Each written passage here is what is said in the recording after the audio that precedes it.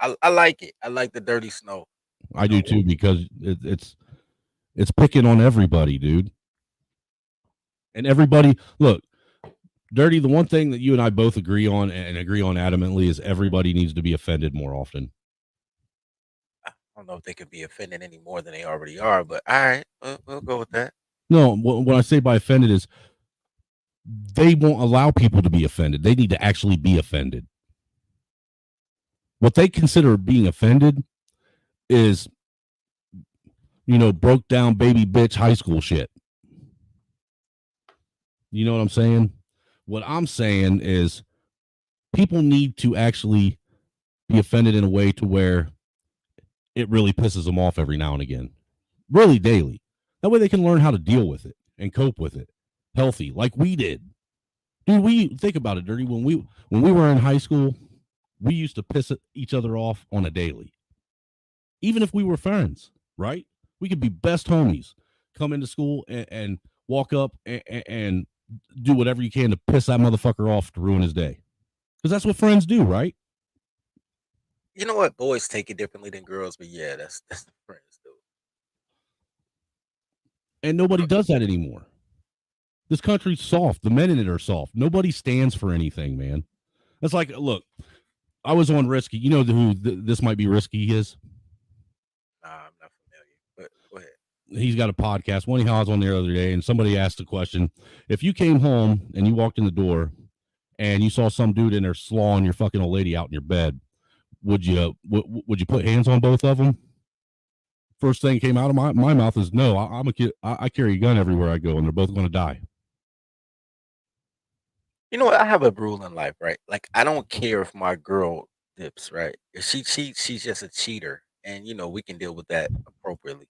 But if I walk in my house and it's happening, bro, like everybody got to go, man. Right.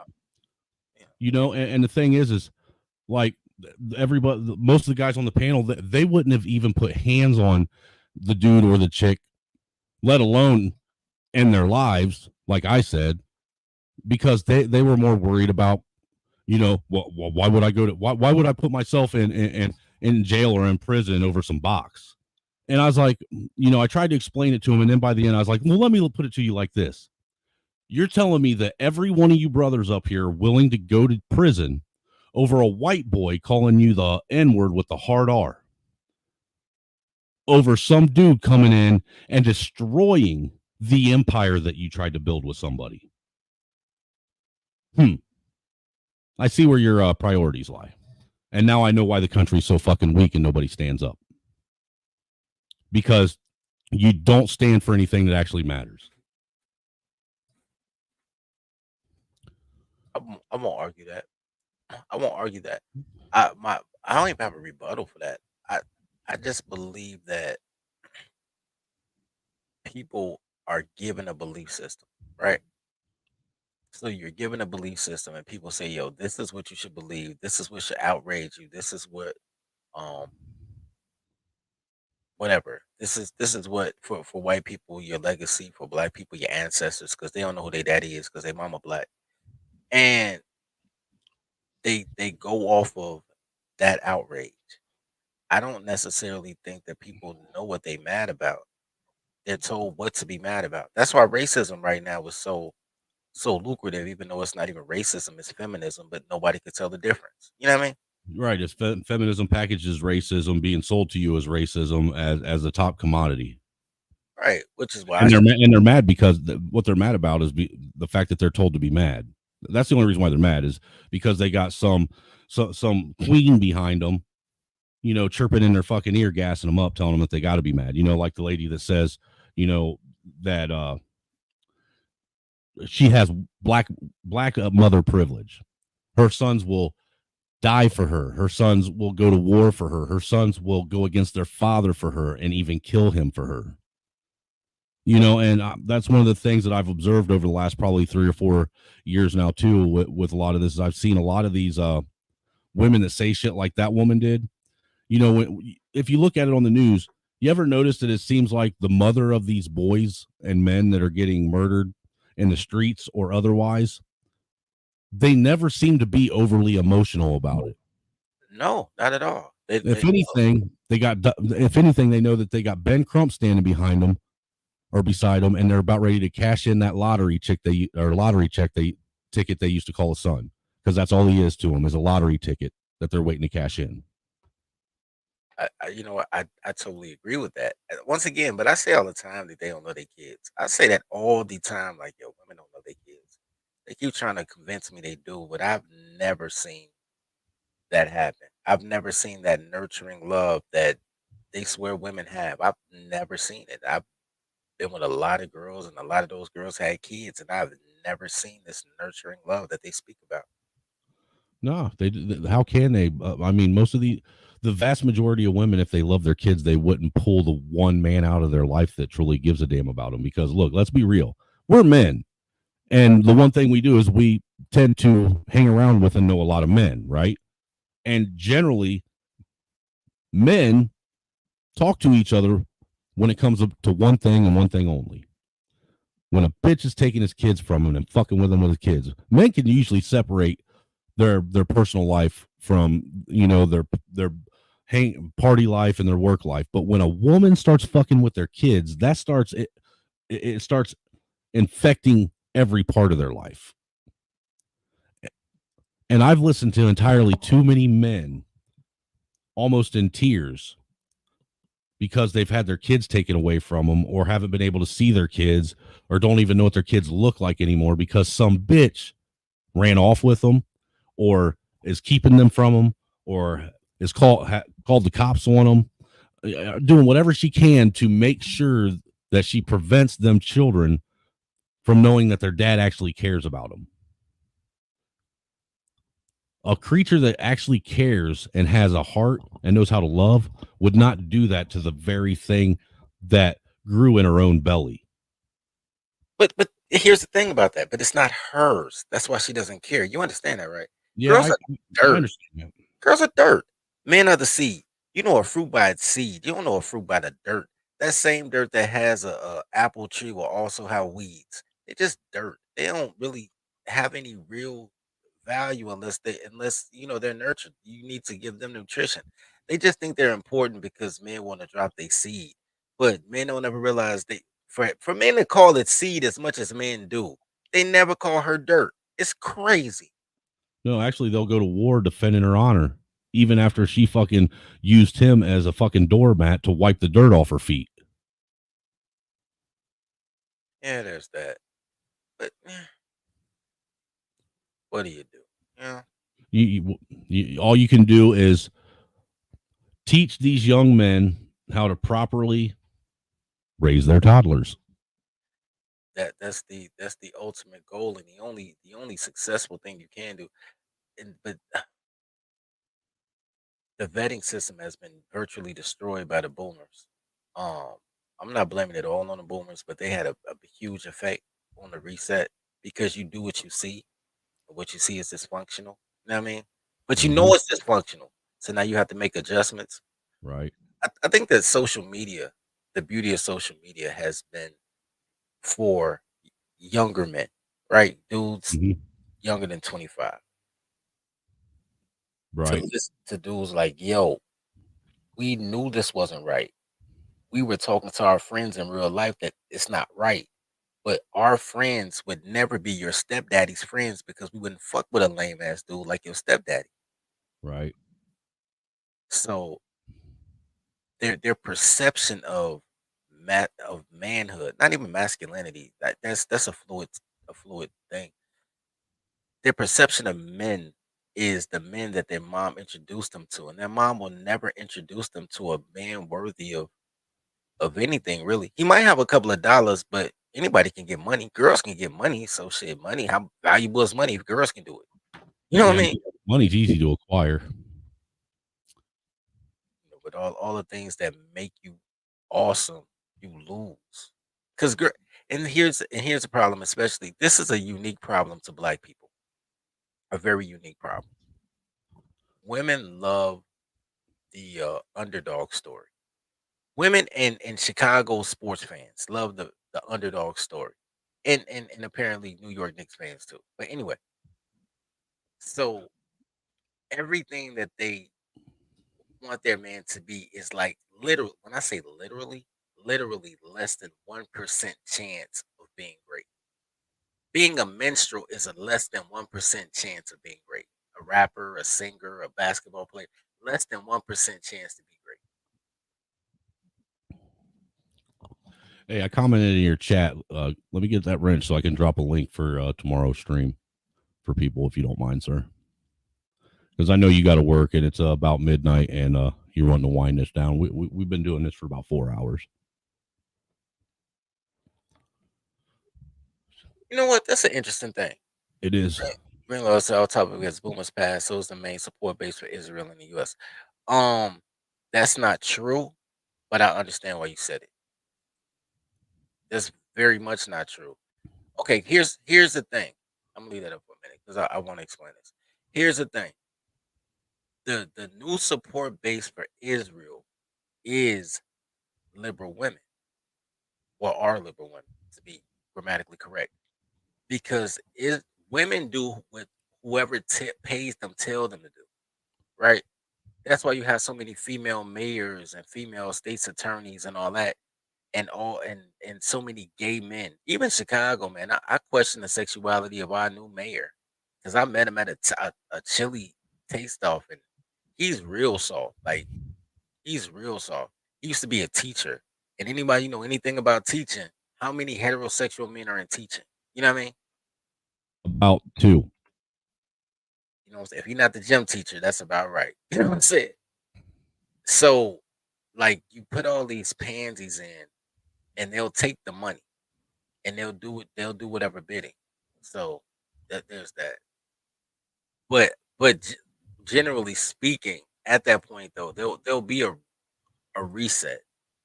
Now the whole thing is, do you want to be in a reset with the guys, or do you want to wait for the reset that the Israelis put in and make women? Because that is the reset. What's the name? The one at the world at the World Finance the WCF. Um, Oh, you talking about Charles Schwab yeah, Charles Schwab. or His Klaus Schwab? Klaus Schwab. Klaus, yeah, like Santa Claus, like Klaus Schwab. His entire plan for the reset was very simple. It was one sentence. He said, "Man, we will reset the world and keep global power by putting women and gays in charge."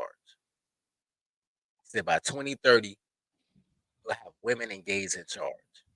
That's his plan. And he dropped the mic. He didn't even have a full, like, it was no other women and gays in charge.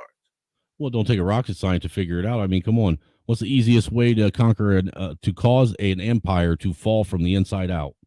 Emasculate all the men, do away from, get rid of masculinity and call it toxic, and lift up femininity and its toxic behavior. And now you have nothing more than a bunch of rainbow warriors with dildos and a book bag sitting and trying to fight you.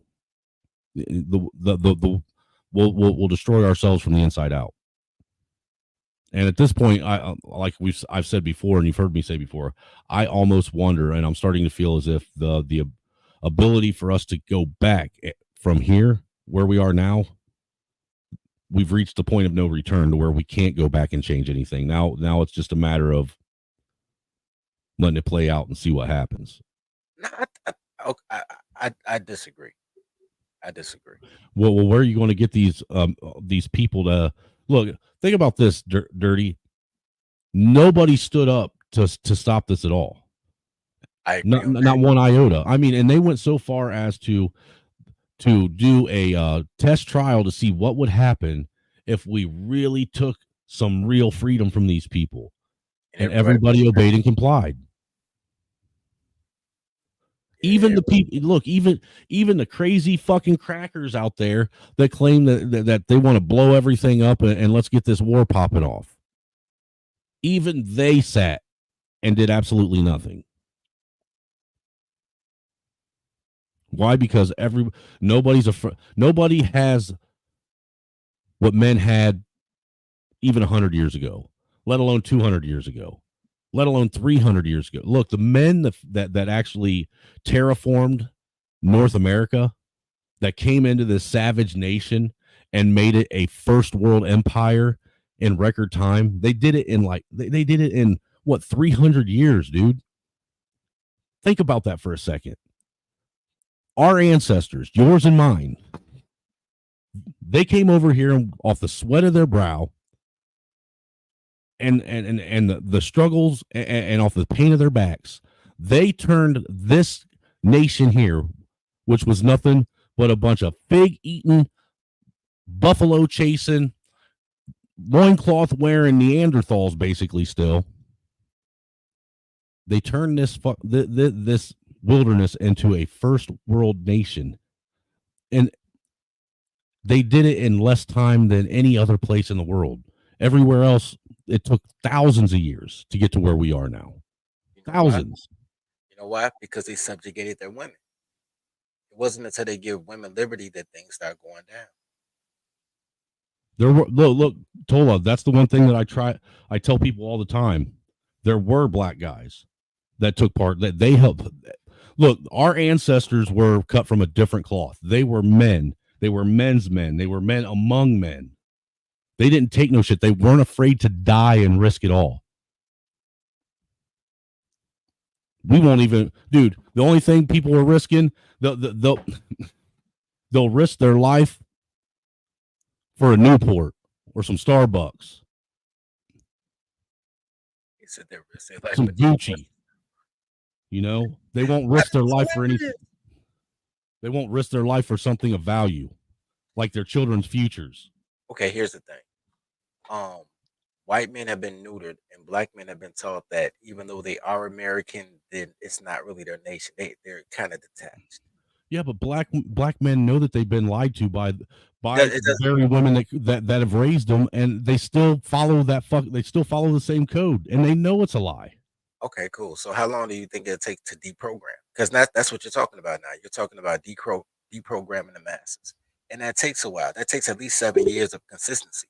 So, um, you could turn it around in 14 years, 7 years of deprogramming, and 7 years of getting the work done. That's possible, but you can't play this game. Like people keep trying to change this game. This game, the fix is No, you already got to in. play a different game. You got to play a different game, and then you play. I don't want to say big bang take little bang. You play rock paper scissors with the game that's already here. You know You what I'm just got saying? to stop playing their game altogether and start a whole new game. See, the Yeah. game that's been playing it doesn't benefit us in one way, shape, or form or other. See, the thing is people need to realize I don't care if people want to get along, but they got to realize that this whole thing of them trying to convince you that other people are doing this, that, and the third, those very people convincing you of that shit are the same people that are fucking going to keep your ass in these mental chains that you keep yourself in. All of us, we're all guilty of it. White, black, yellow, green, blue, everybody in America is guilty of allowing themselves to be put in these mental chains that where they think that we can't change the game because you're right. You can't play their game. They already got their game rigged for them to win. So it's As time they to play our own should. game. As they should. I'm not even knocking them for And doing that. I'm not mad either. What I'm what I do get mad about is people that go out and push false narratives, bullshit, dichotomies, and they quote statistics and information that they actually have absolutely no idea how to properly use it. Well, like I always tell guys, everybody can tell you a conspiracy theory. Nobody can follow a man long enough to conspire, and the that's the power of the system. The power of the system is telling women to tell their sons, "Don't follow men. Men ain't no good," without even them thinking that they're no good by proxy because they're a man. So now they run away from everything that's natural to men, and it, it is what it is. That's just how this is how the game goes. You know what I'm saying? Right. And you won't find some like you got lucky. You know what I'm saying? Your wife found you on the porch and let you in the house, but Dude, I swear to God, man, for like I tell I'm gonna take that one. I'm gonna give you that one. I'm gonna give you just that one. Just that one. but at the end of the day, in order to truly accomplish this, and everybody's been at fault. Even the churches have been at fault. That's why the churches are so matriarchal now. all the gays in the choir, all the women in the pews, all the convicts are preaching, and all the guys with jobs like, yo, I ain't going to church because I know it's a scam. So you lose your whole morality, right? You don't even have a spiritual moral base because it's been even that's been compromised by your mama who got her church hat on now, but you don't realize that all church girls used to be whores. You know what I'm saying? Right.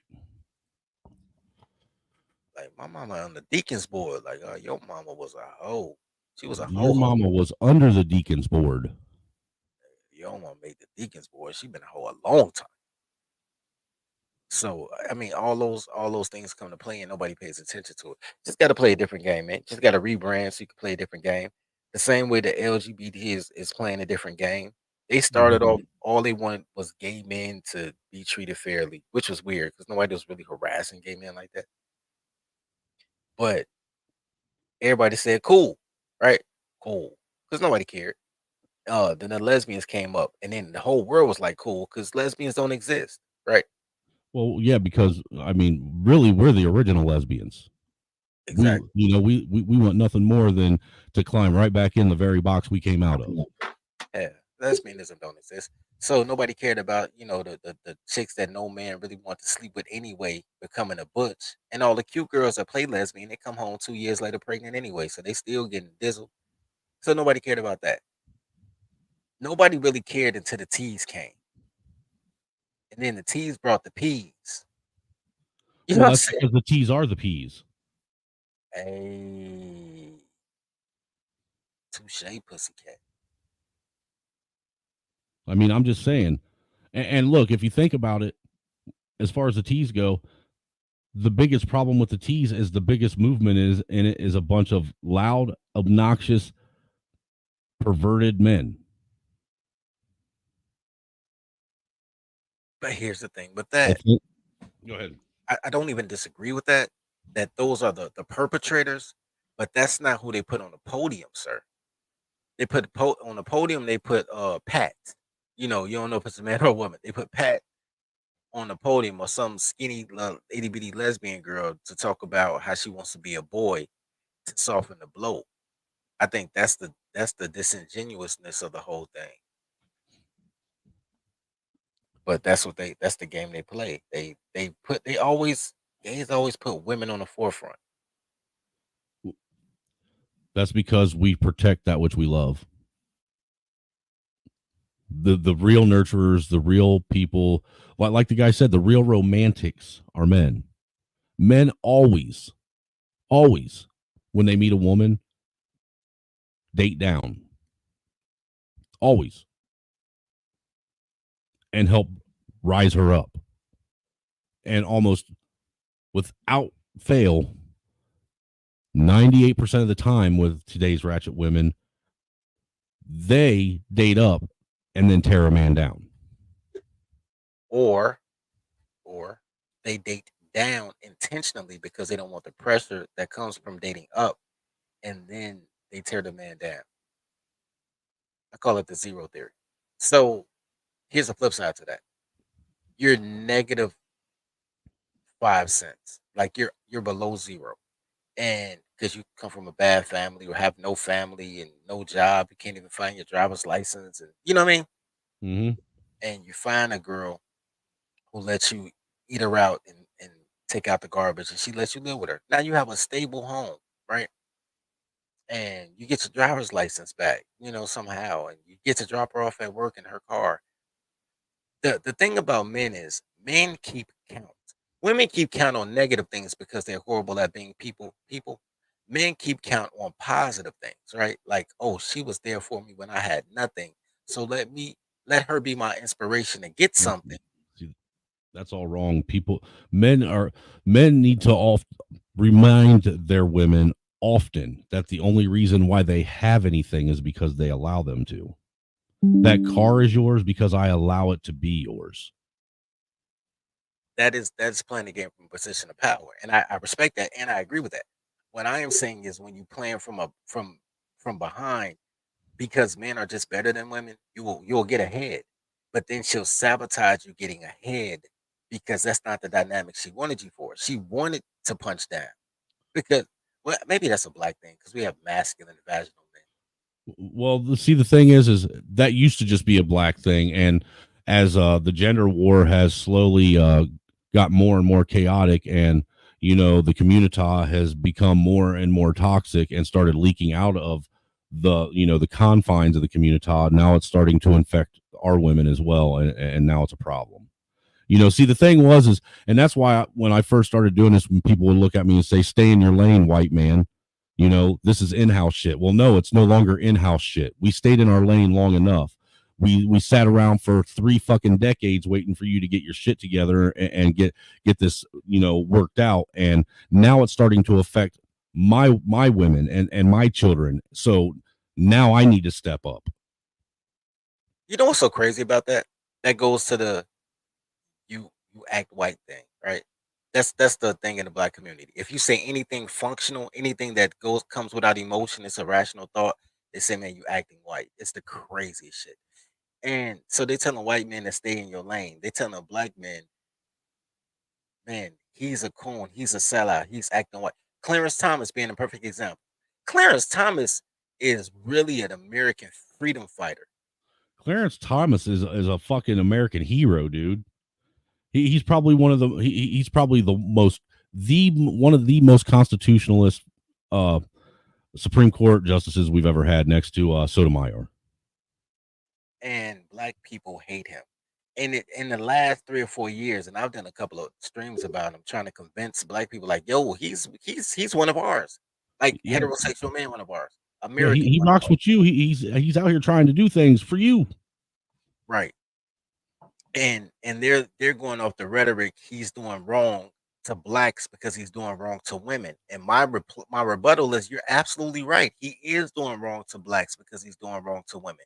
Because the only real blacks are women, gays, and felons. If you gainfully employed and you don't suck dick, you're not going to be seen as a black. So he's doing it for you. Mm-hmm.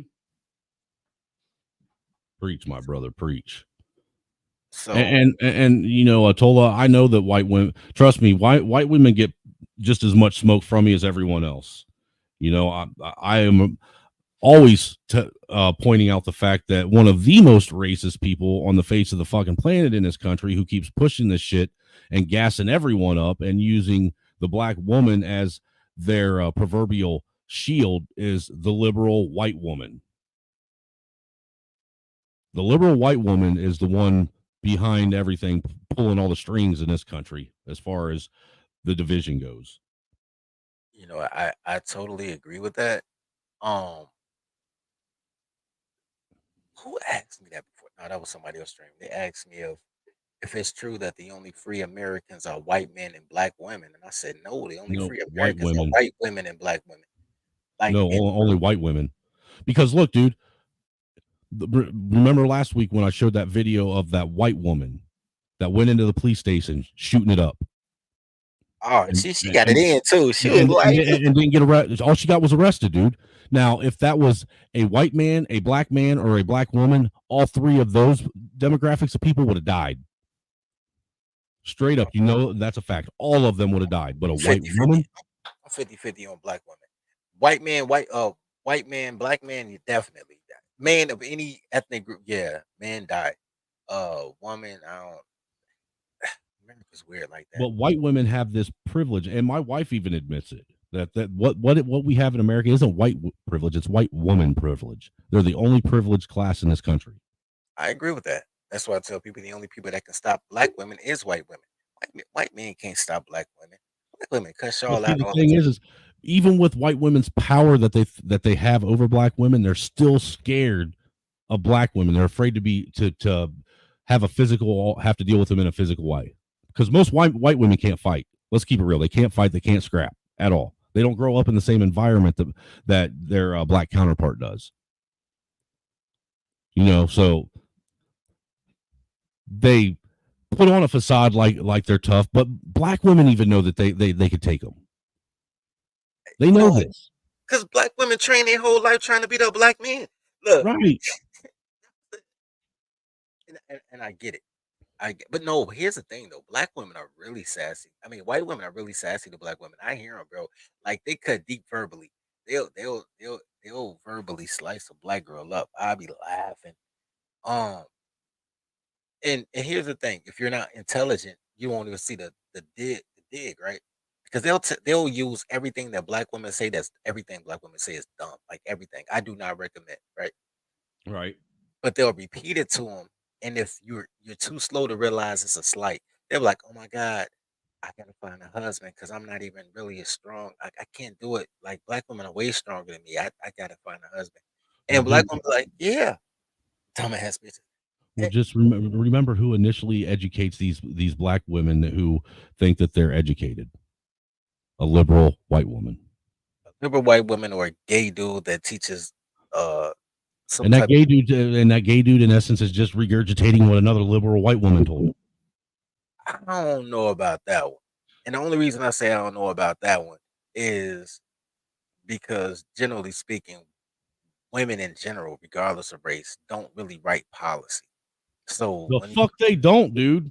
That might have been the case 20, 30 years ago, but today, that's all they're doing is writing policy. That's why men are getting their asses kicked. Because we won't stand up for nothing. We won't, dude. Women will go out and rally the troops and protest for anything and everything to get policy changed, passed, and otherwise. Men, they're too busy going to work to try and figure out how to put some ramen noodles in the cupboard because some bitch or two bitches or three bitches are digging into his wallet so deep that he can't afford anything. Because see, that's the other thing is we live in a society too that once a man has a family with another woman and it's failed, society thinks that he shouldn't be able to have another shot at having a family, that should be his one shot because that's what bitches do. You know, they just want that one shot, and if it's done, it's blown. I, why? Well, they don't they don't want to see us happy. The biggest thing we need to do is we need to start being happy again, and we I, need to start showing that happiness I amongst totally each other as brothers. I totally agree with that. And I think and I tell people all the time, I say you need to do it with a logo. Like guys need to have a movement of some sort with some sort of logo and some sort of hashtag or a tagline in which they do things together. I mean, as much as people talk bad about No Ma'am, No Ma'am was a movement. A bunch of You dudes know, in it matching was t-shirts going to a bowling alley. You know where to find me. National Organization of Men Against Amazonian Mammography, or whatever the last Amazonian. Some was it Matt? I forget how that last word went, man. It was something weird, but anyhow, yeah, you're right. No, ma'am, that was Al Bundy was really he was He a was a call. trailblazer. He's a trailblazer. He's a hero to all men because look, think about this. He had the hot wife. His wife was the hot cheerleader in school. Right. He was You know, he got everything that most people want, and still okay. got shit on. You know, but still We, held it. But still held it together. we're at a point, and I say this all the time. I say, man, I don't trust men married to black women, and I don't care what color the man is. If he married to a black woman, I don't trust him. And the reason being is because I know he had to check his manhood in. You can't be in a relationship with a person who can't love, who sees you as a commodity. You're always walking on eggshells. You know what I mean? Not just you, but see, your children are a commodity to them. Yeah. You think about that for a second. They say that that's their child, but if that was really theirs, they wouldn't so easily be able to discard it. They know that it's ours. They know that what that life being put in them is ours, right? They know this, and that's why it doesn't bother them to do away with it. Because really, let's think about it. Women are fucking nothing more than heartless fucking harpy succubuses. They walk around this world like vampires trying to fucking suck the life out of everything they can get. Every now and again, you find one that's worth actually building something with. But that's like finding a needle in a stack of needles. I have a I used I understand that the perspective.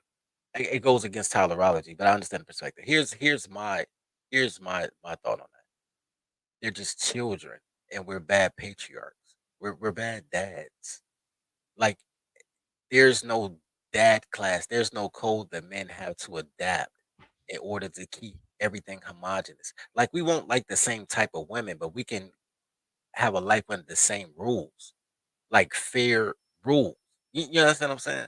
Mm-hmm.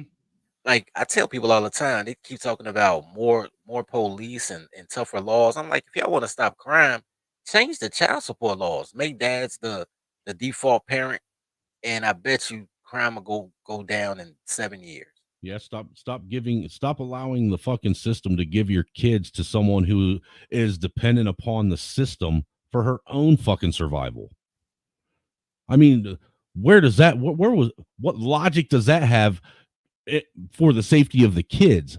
Absolutely none. But if you look at it as it's the logic of safety of the fucking state and the government, now you see why this is going on because they're protecting their interest, and their interest has nothing to do with you or her. They use her and that child as a tool to protect their interest through you. Oh, facts. That's why they came out when men stopped getting married. It was like, oh, no more alimony. Okay, palimony. You live with it too long, palimony. Like palimony. What is I thought palimony was for men. No, they're using it now in lieu of because 7 years used to be common law, right? Right. So now they're saying if you would have like wanted a year or two, it's palimony. The fuck it is? Look, look. I'm gonna tell you right now. If my wife ever decided to leave me, look, if I was like I said, if I was to walk in, come home one day, I was gone out running around. I come home, and I see there's a car I don't know in the vehicle. I walk in, there's some dude fucking slawing my fucking wife out in my bed, in my bedroom, in my house. Everybody's gonna die, and the kids are gonna go to their godfather. Because and the reason why I say that and do it that way is because it's set up for if something happens to me and my wife, I chose where my kids are going to go because I want to know that the person that's going to raise them is going to raise them according to my beliefs and my structure, or as closely to. I trust him enough to know that know that he's going to do his best to raise my kids the way I would see my kids risen. You know what I'm saying? Whereas if I was to let that shit go, damn well it may not be that day, but eventually this relationship's going to end because I walked in on her slawing him out, and now she's never going to feel comfortable again. She's always going to be on edge because she's going to be wondering what the fuck I'm going to do. So I know the relationship's going to end. Why the fuck would I allow this bitch to win twice? Why would I allow her to fucking disrespect me and destroy the fucking empire that we were supposed to have been together? Be a traitor to our empire, because what do kings do to a traitor to the empire? They eliminate them. They get You know rid what? of. I'm gonna tell Hold you. on, let me finish real quick. Go ahead. Okay. Why would I let her win twice? Be a traitor, destroy the empire we created, and then also destroy our children's lives, and her pull me out of their life, keep me at a distance, and let her pick and choose what man is going to be in their life to raise them. I would rather do away with all of them, go do my time in prison, and know that I picked the best possible fucking person I could that I know of to raise my kids the way they should be risen. The irony of that is the only crime punishable by law constitutionally, is sedition. Mm-hmm. So that's sedition on her part, like in a massive way, honestly. So, like you said, she's being rewarded for being a traitor, and it's so ingrained into the system that guys don't even understand that they're rewarding her for being. They understand the dangers of being married or having unprotected sex, but they don't understand that that's the very system, because it is a system, right? The very system that they're afraid of, they never conspire with other men to make their own system.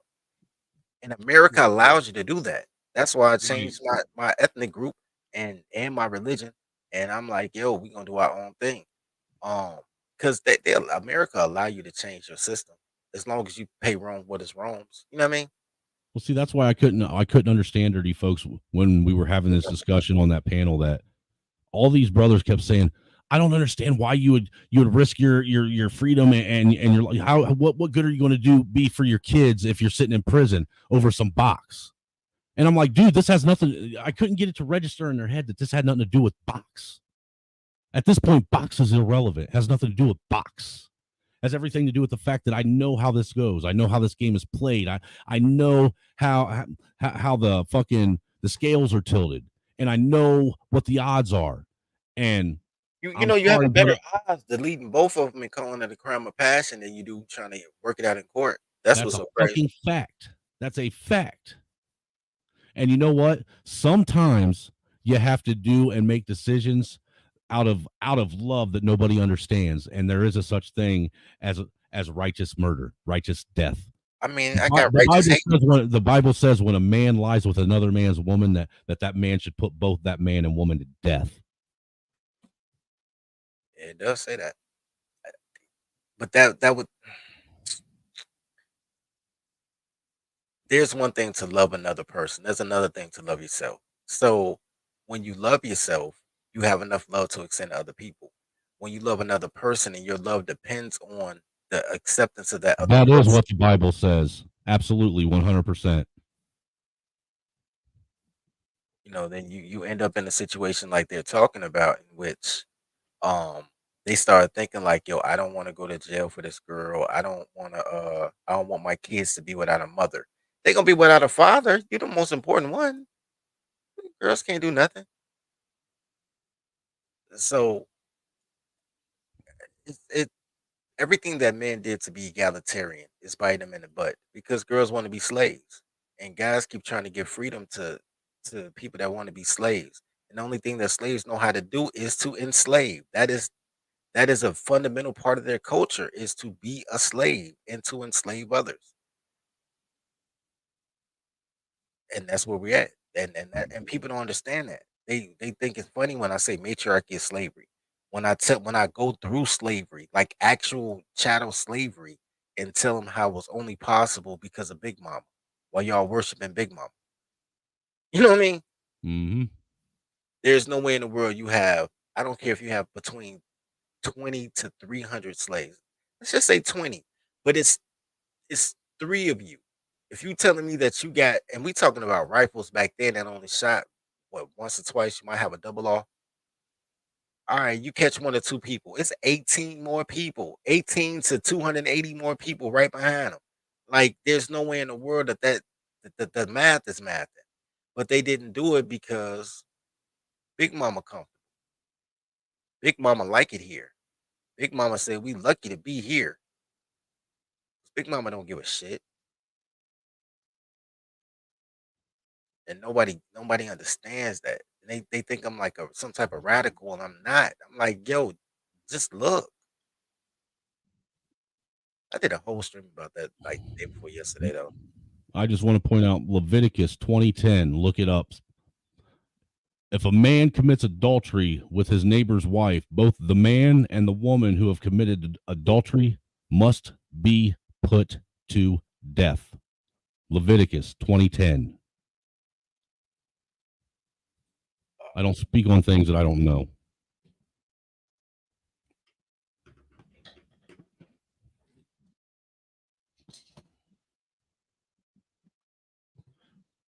Oh, hold on, I'm trying to type. This ain't working.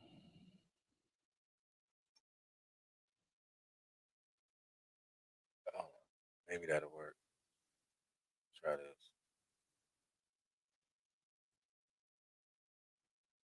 I'm gonna let my man in for a hot second, but I still gotta get off.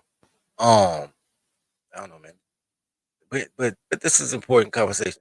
I don't think, and I joke all the time that the reason I like white guys is because they don't mind digging that hole in the backyard and waiting for their wife to mess up. Absolutely not. I got a bag of lime in the garage as we speak. But you know, I'm just playing. I don't have a bag of lime, man. Don't go calling the feds on me. That was a joke. That was a joke. That was a joke. I was being facetious. you should definitely have a bag of lime though. That sounds gangster.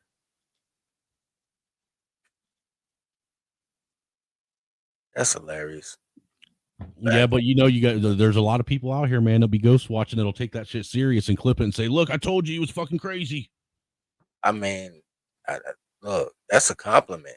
I look, I don't give a shit about none of that. Here's the thing, man. People gonna hate you for whatever you do. People The are going one, to hate you even more when you're an honest individual and you live a transparent life, especially when you do it on an open platform like this. People don't like honesty because everybody lives behind a mask, a facade, a character that they've created because they don't like their own life. So they live this fallacy that not the truth, but their truth. I can't disagree with that. But yeah, people gonna hit you for whatever you do. It's just, I mean, everybody thinks they can live your life better than you can while they don't do shit with their life. So it is what it is. I've been doxxed so many times. I get lied on more than I get doxxed. So I ain't gonna lie, but Same here, dude. I've had I don't know how many hate streams done about me. I've had people try and call the FBI on me, not because of things that I've done, but things that I've said. Because words are more dangerous and more destructive and more harmful, hurtful, and deadly than the actual act itself. The act we can forgive, but we can't forgive the person that speaks on the act. I get it. Look, everybody got Dude, something. look, dirty folks, this is why the biggest next to the one of the biggest mistakes that they made in this country was putting warning labels on shit. They should not have forced that. Warning labels should have been taken off of shit. That way they could allow, natural order to take place. If you're that fucking dumb that you can't teach your fucking kid that they don't put a fucking plastic bag over their head and not try and breathe on it, or that they shouldn't be drinking bleach, or that they shouldn't be out there fucking chugging fucking antifreeze, well, then I'm sorry. Some of these motherfuckers got to go. And because that's why we got all these fucking half retarded and, invalid fucking morons running around that are either fucking autistic. They suffer from fucking retardation. They don't know what fucking gender they want to be. They make shit up on the fly. And rather than fucking dealing with the truth, it's all about my truth and the fuck, my micro. You didn't say anything that microaggressions and macroaggressions and internal fucking racism and blah blah. Fuck you and all your stupid fucking liberal goddamn ideas and concepts, because it ain't doing nothing. What the hell is a? I've been meaning to ask somebody that. I don't know, dude. I don't even know what a micro or macroaggression is. I'm confused. You know what it is? It's an excuse. It's an excuse. Snowman, can you hear me? Yeah, I can hear you. Can you hear me, Snowman? I just wanted to make sure I came in right. First of all, thanks for letting me in, guys. I appreciate it. Hey, Snowman, I was in the comments and I was saying to you when you were talking about Leviticus, I didn't say that they shouldn't be put to death. What I'm saying is that if I found my wife, she would be put to death. So would the guy, but I wouldn't be the one to do it. Right. So, and here's why I was saying that, so that my hands would remain clean, right? The executioner has to carry the weight of murder, not me, not the husband. Gotcha. I don't want to live with that. Plus, if it's my wife, it's the mother of my children. Every time I look in my child's face, I have to realize I killed the mother. So to remove me from the guilt of it, I wouldn't do it that way. So when you were saying that, the reason why I put the correction in is like, no. What we have to do as men, and we're afraid to do this, and challenge me on this, we have to change laws. So the fact that the mom, no matter what she does, she gets the house, she gets half of everything and the kids, and men won't fight and change laws, that's what's destroying us. No, men have been fighting to change laws. Here's the problem. I agree with you, but not enough men. Not enough. No. Well, if I can, real quick before you get into it, Dirty, I agree with what you're saying and your interpretation of that scripture and what it was supposed to be, but unfortunately, back then they actually had, the system wasn't what it is now. You could actually rely on the system to actually do their part in a situation like that, to where your hands could be clean from that. Now the system isn't going to do their part as they're supposed to. You have no choice but to get your hands dirty if you want it to be done in a righteous way. Yeah, so the challenge to that is the consequences for doing it in a righteous way are so great. I don't know if it's worth it, because look, you're still going to be taken out of your kid's life, and you may pick a godfather or someone else. But what happens with the courts when that happens? They will ignore your choice. Then the family gets the kids of the wife. They'll go out of their way not to give your family the kids, and then give the kids to the wife's family because you're the murdering side. The murdering side doesn't get the kids. So the same stock she came from then get to raise your kids anyway. Okay, Right? here's the thing. Here's the thing. Mhm. And that's what I was gonna say.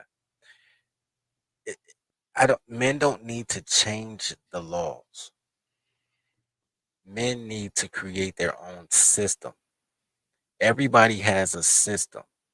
Men need to be proactive instead of reactive. Men are the most reactionary people. To be so unemotional, they're the most reactionary people. They see something happen and then they react to what happened. They act like firemen or police officers. They're never proactive, say, yo, I'm going to put a gate around my stairs so my toddler can't fall down the stairs. They never proactively stop it. Like, so you would have to create a system, which we've done, but you have to create the system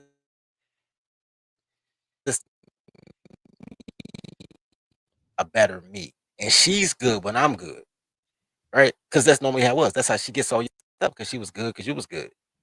She's good when I'm good, and I can still excel without the pressure of believing that I'll lose it all if her feelings change because they will.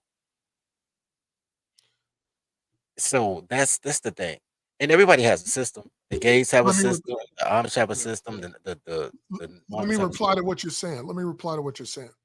You can have a system until she decides she doesn't want to be a part of your system anymore. So Okay. you can have a system in place where you go, here's how our house is going to be run. As long as she's comfortable, you're good. The moment she's uncomfortable, guess what she gets to do? She gets No, to no, go to daddy government, no. and That's his what system will always outrank yours. no. That's what I'm saying. No, daddy But government allows you to create your own system. Daddy government is the default system. Daddy government has hey, always been the default system. loop me in. Maybe I'm not understanding what you mean when you say default system that you can control that the Okay, government will allow you to have. okay. The government, because everybody thinks it's a kingdom. Municipality you stay in runs everything. So it goes city, state, government. It doesn't go government, then city, state. It's this is what you do in your providence and your municipality, and then all it has to do is follow federal guidelines. There's no federal rule necessarily that women have to get custody. If that's the case, then men would never be able to fight for custody. The default custody comes from the organization DCFS that that is linked in with the clerk's office. You don't have to go to the county clerk. Like when I say proactive, I mean from the moment she be like, I think I missed my period. That's when your proactiveness kicks in. You understand what I'm saying? And No, that's I when go ahead, go ahead. I'm saying that's where the system kick in at that No, point. no, Well, But I hear you. I hear you. I get what Sketch is saying though too, because in order for your system that you're setting up to actually work, you have to get everyone, all the men in line with you. That way, your system overrides and shuts down that system. And until this prior system that we're talking about, that is actually putting men into a corner and boxing them in, Right. It's dismantled. is at least Right. started to in the process of Right. dismantling, and you got men that are actually on the same page to actually accomplish the same goal, while men are still sitting here, arguing about trivial bullshit and nonsense that actually that literally affects none of us.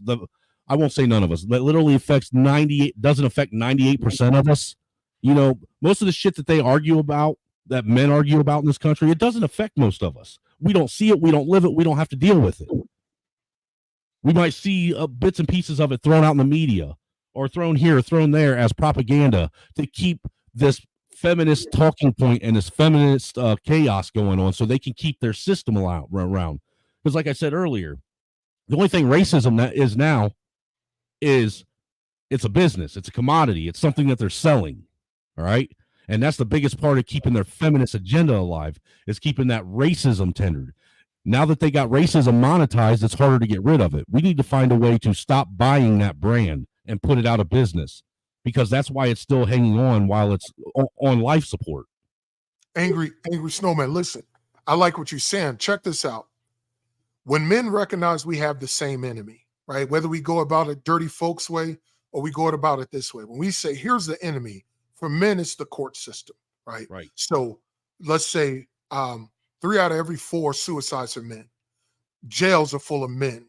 Children are being taken from men. Men are suffering with alimony and child support. Men. When men recognize, wait a minute, we're getting a raw end of the deal, and it doesn't matter the color of our skin. It's just because we're men. When men come together and say we need to change the laws, that's when we get changes. So if you say, Dirty Folks, you were saying, first of all, we institute our own government in our families. I don't disagree with that. No, that's But not what I said. That's not what I said. I didn't mean to quote you word for word. No, I'm sorry. I no, apologize. no, bro. I want you to understand. Okay. What I said is, I was talking the system. Okay, I'm a big fan of the LGBT community. I'm a huge fan, right? Because I watched them work the 14th Amendment, which was made for you and me. But it really wasn't. Okay, we'll argue But that. that's another podcast. That's another Yeah, podcast. yeah. That's something later. But Go ahead. Yeah, go ahead. so everything they do, when I saw these transgenders get tranny housing, my whole life I thought you had to be a single mother or be a man on SSI, and they Mhm. giving it to you because you suck cock. That means that they set up their own tranny system in order to plug in the hood to get finance. That's their system. Now let me challenge that. That's not true. That's not their system. It's the laws. They went through the law progress. They went through the process of laws, and they were able to be awarded what is given. They didn't have a system that they implemented on top of the government. They followed the laws, just like a single mother would, just like a woman would. And because they're a protected class, the government responded to them. You're They didn't protected create a class. specific system that said, we're going to implement this and the government's going to follow. That's not true. No. That's They actually follow a- the same American And- system and- that women no, follow all across the country. no. And you're protected class. So what's the problem with that? But anyway, here's Well, the to a thing. degree, No, what no, he's no. saying Hold on. is- Let me respond to that. I am a I'm- protected class. So therefore, I should be able to go and say, as a black man, as a minority, I should get housing. You're correct on that. But they didn't create a specific governmental system No, that changed anything. no, there's no they. You create the system and then you plug it into their Okay, shit. the example you gave is untrue. But it's not Tell me, okay, watch this. Tell me the name of the system that the LGBTQ Man, I community forgot the name created. of their What's the gay name ass of it? housing association. They got a gay What ass is it? housing association. Some gay ass housing association. No, But no, that's a group. That's they- not a they law. You want to know? They created the BLM. That's who they created. Right, but what I'm referring to is what he's saying, right? So look, hold on. They don't have a system that overrides the government. They use They the government piggybacked off of system. something they're else. not overriding. That's right. They No, follow what? they're not What'd you say? overriding the government, sir. No. What they did is they piggybacked off of the Of civil the rights system that movement. exists. That's right. Correct. Right. Laws that already No, exist. They no, didn't no, create their but own no, laws. okay. Why do you think that the like with the alphabet community they attach themselves so adamantly to black civil rights people and the movement. black That's right. problem and the black right. struggle? Yep. And they help foster that whole white versus black mentality in this country. They're they're part of the biggest problems as well as to continue fostering this division between men, because that's the key of all this is as long as they can successfully keep men separated, specifically Caucasian and black men in this country, Yep. the two That's right. biggest demographics, if they can successfully keep them separated and thinking that they're on different sides of the spectrum and that they're at war with each other, then they will continue to win. 100% facts, which is Okay. the argument I'm making, where if men, black and white men come together, there is no group that would be bigger or stronger than men coming together. If black men and white men came together, there is no group that could outpower that group. One, we'd have more finances, we'd have more political power, we'd have more feet on the ground, and we'd have the threat of violence. But because we're separate, we're not a threat. We don't have to be. We'll work that out. We're working it out right now. That's what we got the Dirty Snow podcast. But here's the thing, because I need you to understand this. How many housing associations do you think there are? Oh, I have no idea. There's a lot of So housing you have- associations. You got Section 8, you got Christian charities, you got HUD, you have emergency housing, you have Habitats for You Humanity, got the Red Cross. You got Yeah, you have all those, and all of those people service a different type of individual, right? Okay. but they all come together and service them all at the same time too. See, the thing is a lot of these groups work together to put their funds together, and help all these people. The thing, I But get where you're trying to go with that, Dirty, but no, this is what I'm saying. What they did is every program is plugged into the housing and urban development system. It's not anti-American. They're not creating their own. They created their own but uh dichotomy, and then they plug it into the system. Same thing the trainings did. You say, yo, this is what we're servicing. These are the parameters. We're gonna plug it into the system. You I understand don't what I'm saying? disagree with that. I don't disagree with that. But what I'm saying is initially what it sounded like you were saying, and I'm not quoting you and I'm not trying to put words in your mouth. I'm just saying what it sounded like you were trying to say was that you make your own smaller government and then you insert it. And I'm saying, no, you can't insert anything without Big Brother, without Papa saying it's okay. You can have an opinion. You can run your system in your house while you can, but the moment that your wife says, I'm not on board with the system anymore, she goes to daddy. Guess what? The police don't care about your system. The court And system in don't the care about game your that system. in the game you're playing right now, because that in particular is arbitration court. The fact that you don't have your own arbiter is a problem. That's not a criminal or a civil case. That's arbitration. Completely agree. well, it But ain't the So even an arbiter has to arbitration, come in dude. and That's follow straight. the rules that are already in place. The n- arbiter cannot bring new rules into the system. Well, look, no, The it arbiter ain't is going even to an follow the arbitration. rules. It's an administrative hearing. It ain't. There's nothing even. There's nothing Yeah, lawful right. about it at all. right. I mean, Yeah, the So judge doesn't even act as a judge. He's an administrative. I mean, think about this. Family law and family court. There's a reason why they hold it in the basement of the fucking courthouse. There's a reason why you don't have a jury trial like you should have. The Seventh facts. Amendment That's right. grants you a jury trial for anything over the cost of $20 being oh, owed, and we oh, do not have it, dude. We're getting charged with owing something a debt of thousands of dollars. right. That we should And be a given a country, jury trial. what a Secondly, country we're knows. being forced into. Well, lastly, and then I'll throw. I'll land it. Go ahead. Go ahead. We are being forced to sign a contract with the state under duress with a collection agency that doesn't have any authority from anyone. Which means that you can. It's not about going against. It's about you having your own arbitrator and administrator. No, It's what not it is, going No, that against. no, it no, ain't that's even. not how. It's Nope, that simpler than doesn't that, work that dirty way. folks. It really is. Yeah, It's about men yeah, not playing their game. If men look, right. dude, Yeah. if men would stop even engaging, don't even, dude, you don't answer any of the letters from child support office unless two sheriffs come to your house and serve you fucking papers like they're supposed to. Ain't none of that shit legal. But hey, Angry, listen, I'll tell you this. Before we even get to the paperwork, men are standing up. If you notice, the marriage rate is the lowest it's ever been in the history of recorded marriages. Men are not marrying anymore. But The that, childbirth rate is dropping down. Men aren't having kids anymore. So all of a sudden, men aren't living with women anymore. They're not marrying women anymore. They're not having children with women anymore.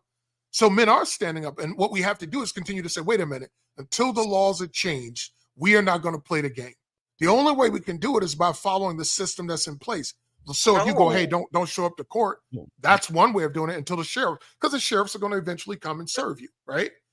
But if you can go back in then that time way, and go, and then if you do it that way, they're forced to hold it in a court of records, which is the only lawful court that we have in this nation. I got no argument with that. I agree with you on that, and I'm with you. But the step before that is, hey man, stop having babies with random chicks.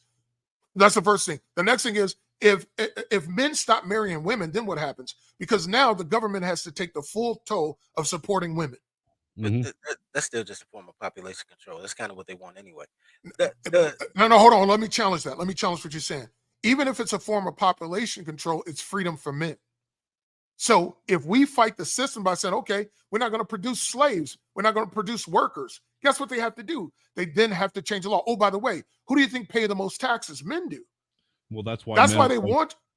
Go Right. ahead. That's why they want women with custody and That's men right. paying That's child right. support. That's why they Because give. they get to tax the men's child support. That's why they want us to pay alimony. They get to tax the alimony. So the government wants to drag men into court because they get a piece every time. So if men stop playing and the population goes down, guess what? Factories stop working, houses stop getting built, schools stop getting built, taxes are not being paid for schools. The entire infrastructure crumbles if men stop having babies and stop marrying.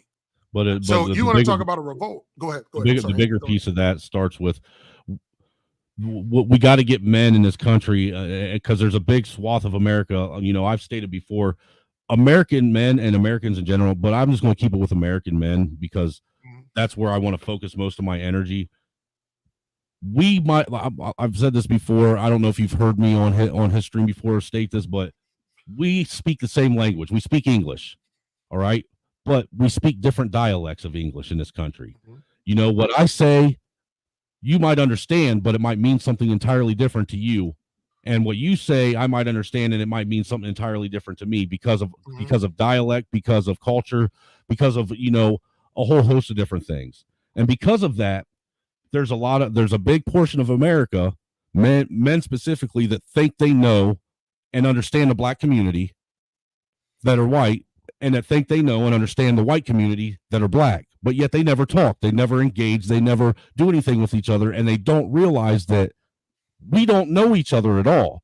And what we don't realize is that we're living the same fucking life. We And have the until, same problems, the same exactly. issues. And Completely until agree. Yeah. and until men can get other men to understand and realize that, all of these things we're talking about are futile. It starts with getting men to understand that we really do have the same fight, the same argument. We are exactly the same. We need to, because look, isn't it funny that these fucking bitches can put race aside when they want to get something passed? Hundred They can percent. hate each other all the fucking One hundred all year percent. long, but when it comes time to put the numbers and boots on the ground and do what needs to be done to get the shit done, these bitches can do it. They can put all that shit aside. Hey, but check this out. But here's why. So some of this is innate, and we're talking about tribalism, right? So women are more malleable. They'll do anything. Let me prove it to you. When the You Romans don't have to came and prove it. conquered and That's they all we took the talk women about. away, what'd you say? I'm sorry. You don't even have to prove it. That's all we talk about. But go ahead. Well, okay, but let me just throw it out there and assume people don't And know, put it right? in the ether for people who don't That's know. right. That's right. So when the Romans came and they conquered, those women didn't then go and try to poison those Roman soldiers. They became Roman slaves, concubines, and wives, That's a right? fact. Women are way more malleable, but men Self-preservation. innately go, I must protect the tribe, right? So that's tribalism. That's why it's harder for men to say, man, he looks a little different from me. I need to have my shields up. And so it's going to take a lot of effort for us to lower our shields and say, hey, look, I got to work with this brother because it's killing me not to. So the conversation has to be had. The idea that so women, it'll be way easier for women than it will be for men. Men actually have to make an effort to say, you could be an enemy because you don't look like me, but I'm going to put that trait, that biological brain movement away and say, I'm going to work with you anyway. And it's harder for men to do, and they're taking advantage of the fact that it's harder for us to do. It's just like, look, dirty folks, you GD, I'm Blackstone. Innately, I grew up in one area, so my people are this, your people are this. You and I look exactly alike, but how hard would it be if you got your hat to the right and I got my hat to the left for us to have a conversation? It's very difficult. Why? Because we got different flags, even though we're both men and we look alike. So we see this every day in Chicago. I'm I, listening. I I'm a huge fan of tribalism. Huge fan, right? I name my Mm-hmm. channel after tribalism. I get what you're saying. Mm-hmm. At the end of the day, in this particular thing that you're talking about, the tribe is American. So there's an anti-American sentiment with black people in general, like they are American, but they don't feel ownership of America. Even though we go through the same things, I feel ownership wherever I got to pay taxes. If I got to pay Rome what is Rome's, then Rome is I home. don't know. I feel robbed every time I pay taxes. Oh yeah, it's that. But generally speaking. So I get what you're saying. At the same time, though, I'm cool with a Mm-hmm. lot of I don't know, even them shady ass BDs. I'm cool with them. Um, but You dirty motherfucker. they know they shady. Um, but I get what you're saying. What I'm saying is this, and I'm not arguing with you in what you're saying. I'm saying that I'm just not even playing that game. Period. That's what I'm saying. I'm saying there's a Which game? Which game aren't you playing? For the clarification.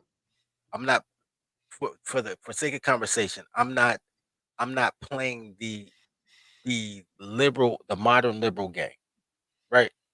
Okay. There are rules in place because I travel a lot, right? Well, I used to. I don't really go nowhere, nowhere. But I used to travel all the time. I hop in the car. I had $300 in my pocket. I'm like, yo, I'm about to post up somewhere for 2 months. I'm gonna get a day job and just have an God, I miss extended them vacation. days. My kids are You know what dream I'm killers. saying? Yeah, the dream killers.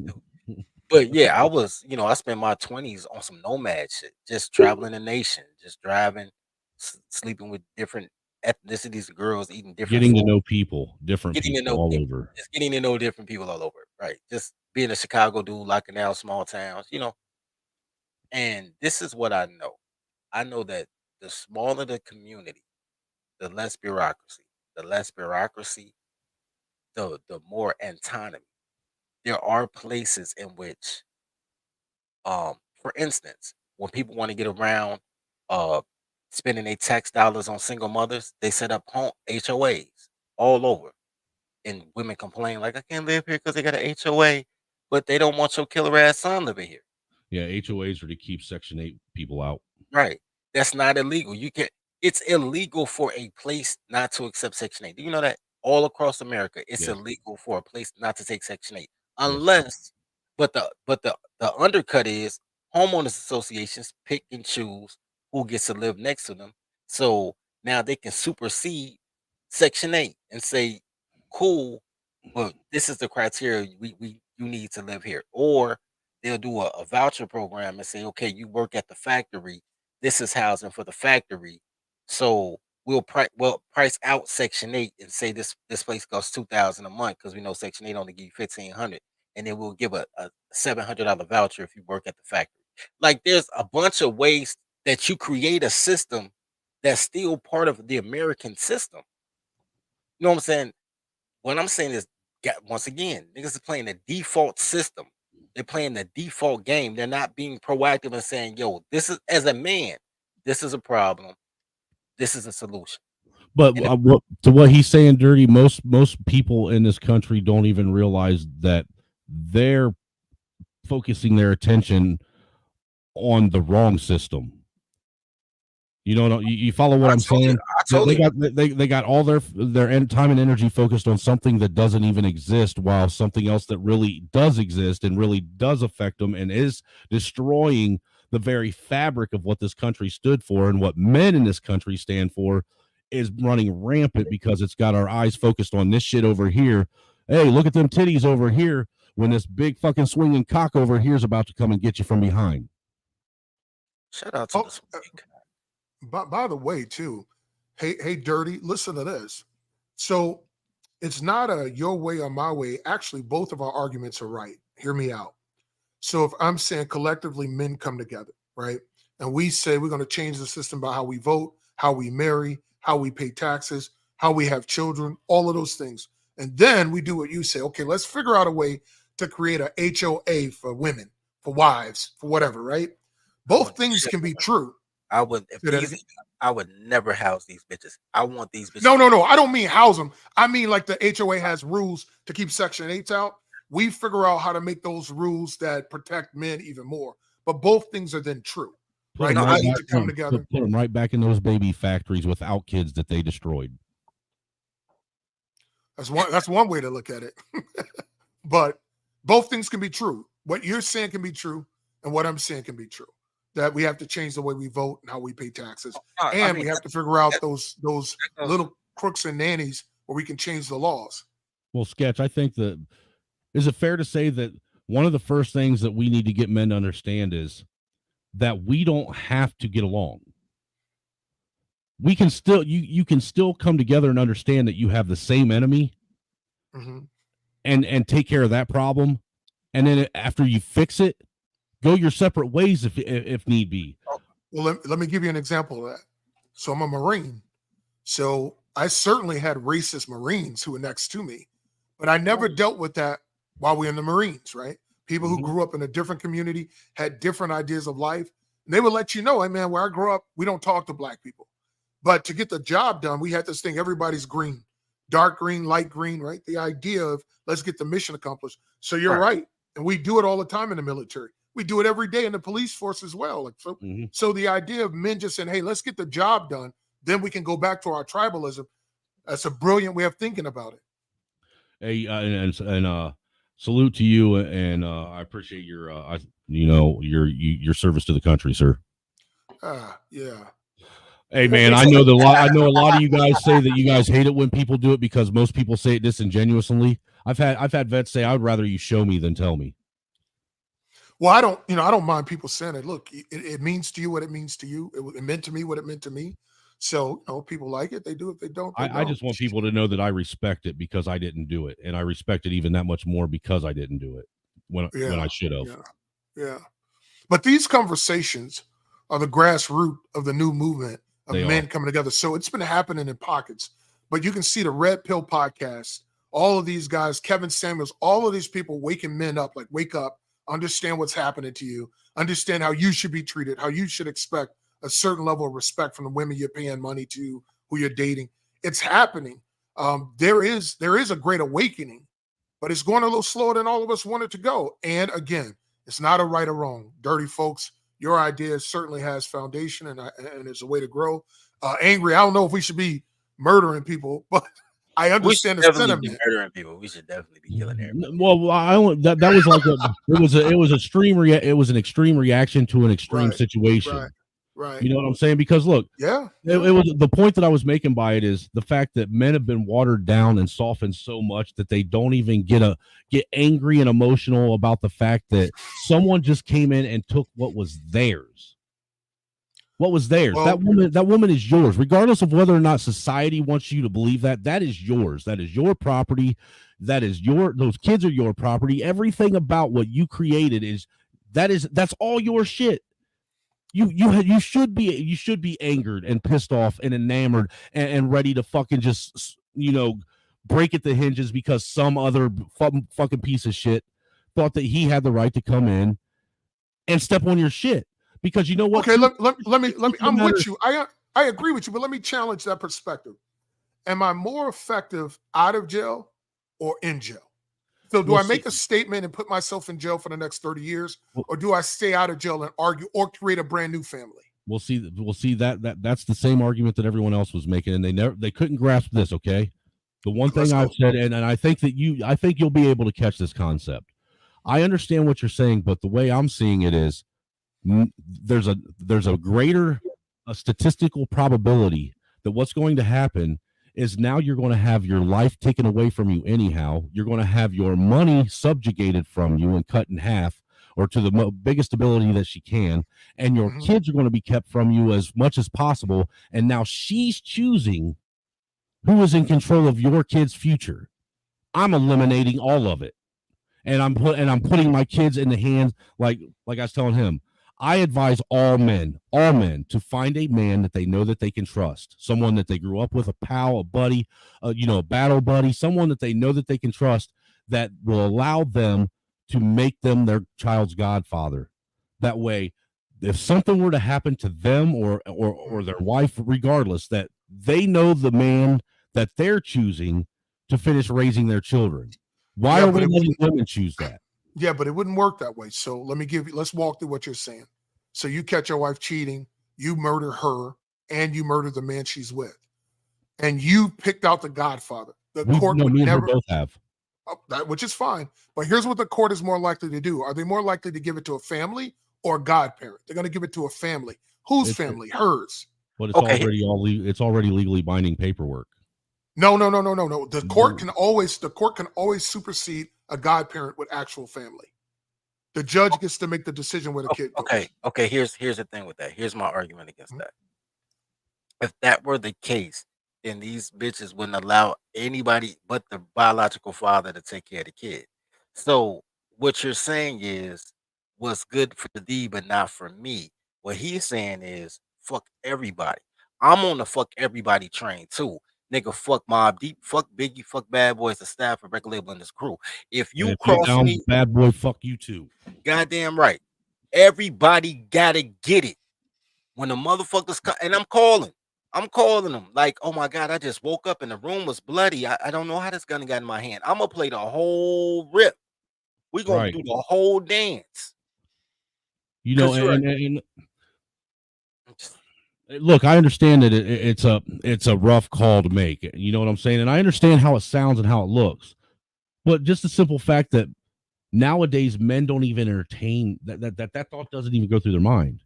Like these guys weren't even willing. Look, Sketch, these guys that were on the panel weren't even willing to knuckle up and go to jail for 30 days for an assault charge to make their point. That's how soft men are. Well, let me argue. Let me argue that perspective, right? I think it's recognizing the system that's in play, right? So you go 30 days for an assault charge, but here's what comes after that. That is then on your record. So everywhere you go, you're still suffering the consequences from responding emotionally or angrily, whichever you call it. I don't have a dog in that fight, right? Right. Or do I go, listen, this is a game I lost, but I can still play another game. I can still go out and live my life and move Okay. on, Okay. So as let me ask. opposed to going to jail. But then how do we get men to actually rise? How do we get men to actually find? How do we get this to change? If men look, if men won't rise up for what's theirs, then how are they going to rise up for together for what for something that is everyone else's collectively? All right, You so understand? You understand what I'm saying? no, but we already got a blueprint. We already got a blueprint of that. So remember, when the civil rights movement started, there were people who said we must use violence in order to change the country. There was an argument between all the black leaders. We're going to use violence, and some people said, "Hey, no, I think we could do this by being nonviolent." Nonviolent argument is the argument that won. And what it did was it made the country look bad because these people were taking a whooping and they wouldn't respond. I'm not trying to shame these hoes. I'm a dead these hoes. Let me tell you something. The civil rights movement did more for white women than they did for any black man. So I'm not trying to hear that civil rights shit. I don't want to be civil. I want to be human. You're gonna give but we're not talking about the civil rights. No, we're I'm saying we're talking about that Gandhi ass protest. I'm coming with the pistols. Let me tell you something. But hold on. Saying, give me liberty or give me death. Give me liberty or death. As an American, I don't get so the liberty or death. No, give what me was liberty his or give me death. His question was, he asked the question. He says he proposed, okay, so how do we do this? And I go, we already have a blueprint. No, so I think you misunderstood me. I said, how do we do this when men aren't even willing to get up and protect what's theirs? See, you got to have men that you got to have men that have the muster, that have the mentality, that have the honor, the integrity, the courage, the wherewithal to actually you got to have men that aren't afraid to risk and lose all in order to gain everything back, because it takes men that are willing to risk all in order to acquire things. You know this. Oh, listen, I'm playing the devil's advocate. Right. That's certainly my approach, but there's a cost analysis as well. It's just like when you go to war. You don't just go to war because somebody insulted you. You go, what's the cost analysis? How much is this going to cost me? If it's going to cost us everything and bankrupt the country, we don't go to war. But if I go, but wait a minute, it would make us the richest country in the world. Hey, we might go to war. You have to do a cost analysis. You don't just go, well, okay. And this is how I look at it. Cost analysis on this is his cost. I'm just using playing devil's advocate. Angry Man's cost analysis was, I'm losing it all anyway. Right. So why not lose it on my terms and try and put my kids in the best possible scenario I can from a distance? So that's the liberty of death. It's not, man, maybe I could work it out and it'll work out for me in the end. You're going to lose. So why not go out in that blaze of glory? Because look, to sketch, even to what you were saying, if they go to her family, the way I'm looking at it, even if they go to her family isn't the one that destroyed our empire. She is. She was the traitor. She was the enemy. So they ain't going to her. She ain't destroying them. No, I hear you. My man said I need to go on a hunting trip. I could teach you more about hunting than you can read in a book, man. Holla at your boy. I love hunting, but anyway, but you were hunting different kinds of creatures. No, I'm a hunter as well, man. I'm a bow hunter. Rifles. Hey, dude, have you? Let me ask you this: since you went bow hunting, have you ever went out and done the stalking a deer down? Or no. We do blinds, man. We do blinds and trees. I've been wanting to try and learn how to stalk a deer down like the Indians and shit did back in the day, man. Because I think ain't nobody doing that. Let me tell you why you're not doing that. Because usually the place you do that at, you might run into a bear, and bears are about pretty much undefeated, bro. You know what? You make a solid point there. I didn't think about that variable. You make a solid point there, but I feel like sitting in a blind is like, it's not really hunting. It's sitting and waiting for somebody to walk by so you can drive by, shoot them without them knowing it. Yeah. So look, let me tell you. Here's my thoughts on that. And then we'll get back to it. There's just some primal about it that I want to experience once. Look. The fact that you're using a bow with razors on the tip of your arrow is not primitive either, right? Like the idea is to evolve and have weapons that can kill what it is you're trying to kill. That's always been the goal from the beginning of hunting until right now. So when they first had rocks took too long to kill things. They made spears. Then they started sharpening the spears. Then they doubled the spears. They made them stronger. Then they learned to throw the spears. So the entire evolution of hunting is, how can I become more effective without being maimed or killed? Right? Mm-hmm. So blinds are nothing more than the most advanced way. Guns, bows, all of those things are advanced ways of killing what you're trying to kill without being killed. That's the thinking part. That's the evolution of hunting. Like, you don't want to be, unless you want to go out there and try to kill someone with a rock.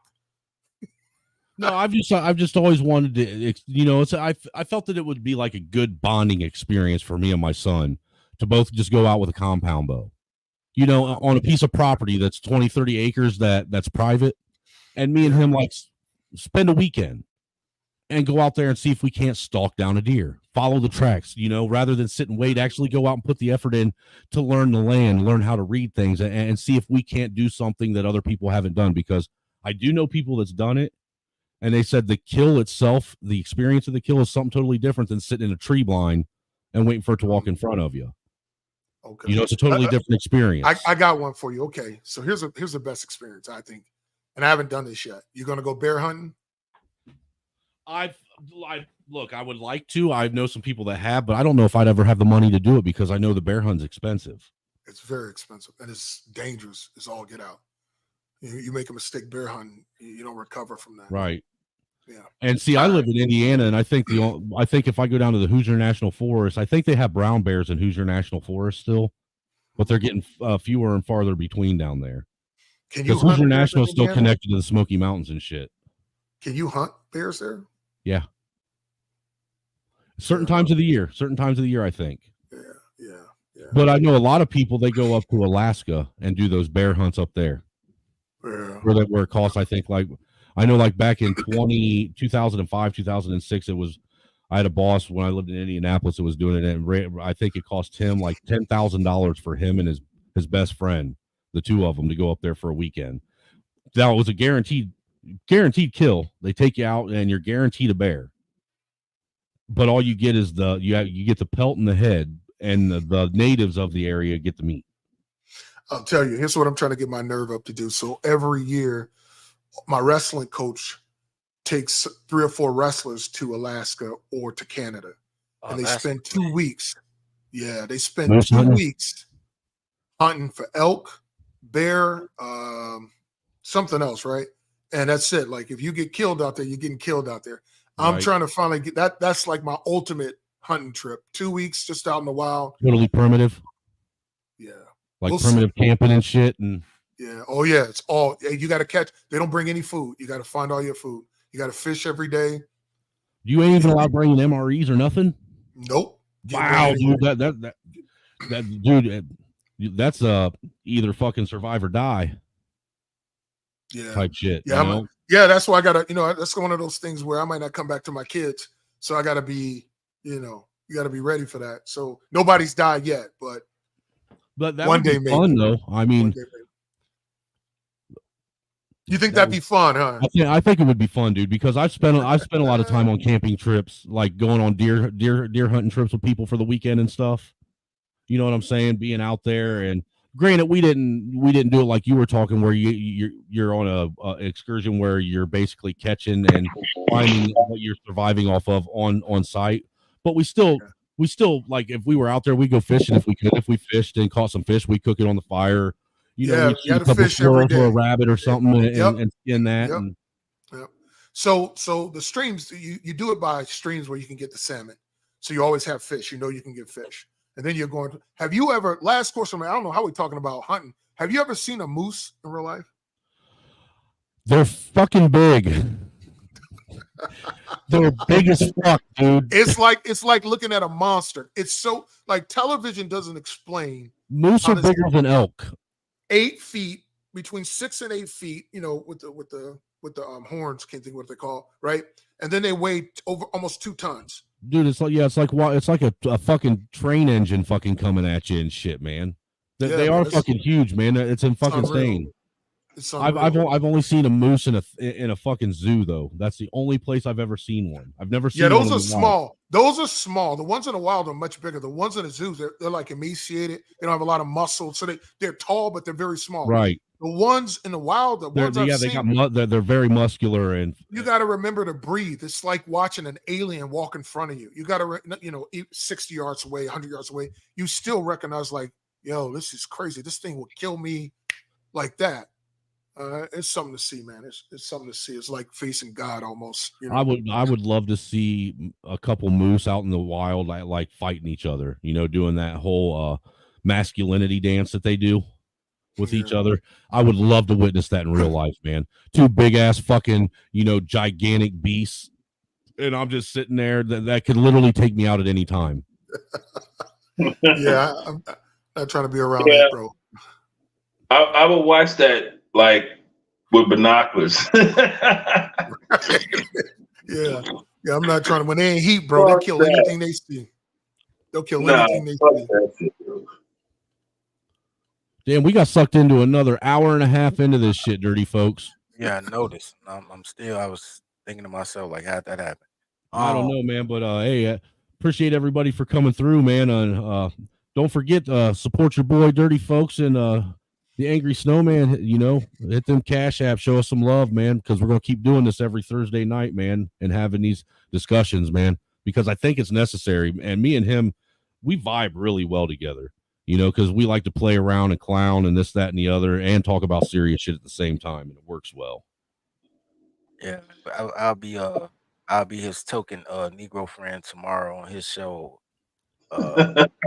He will, man, on the Unfiltered Truth, Beyond the Echo Chamber. Tomorrow's topic is going to be it's going to be a chair burner, man. I mean, this one's going to probably get people in their fifis and shit, but that's what I like.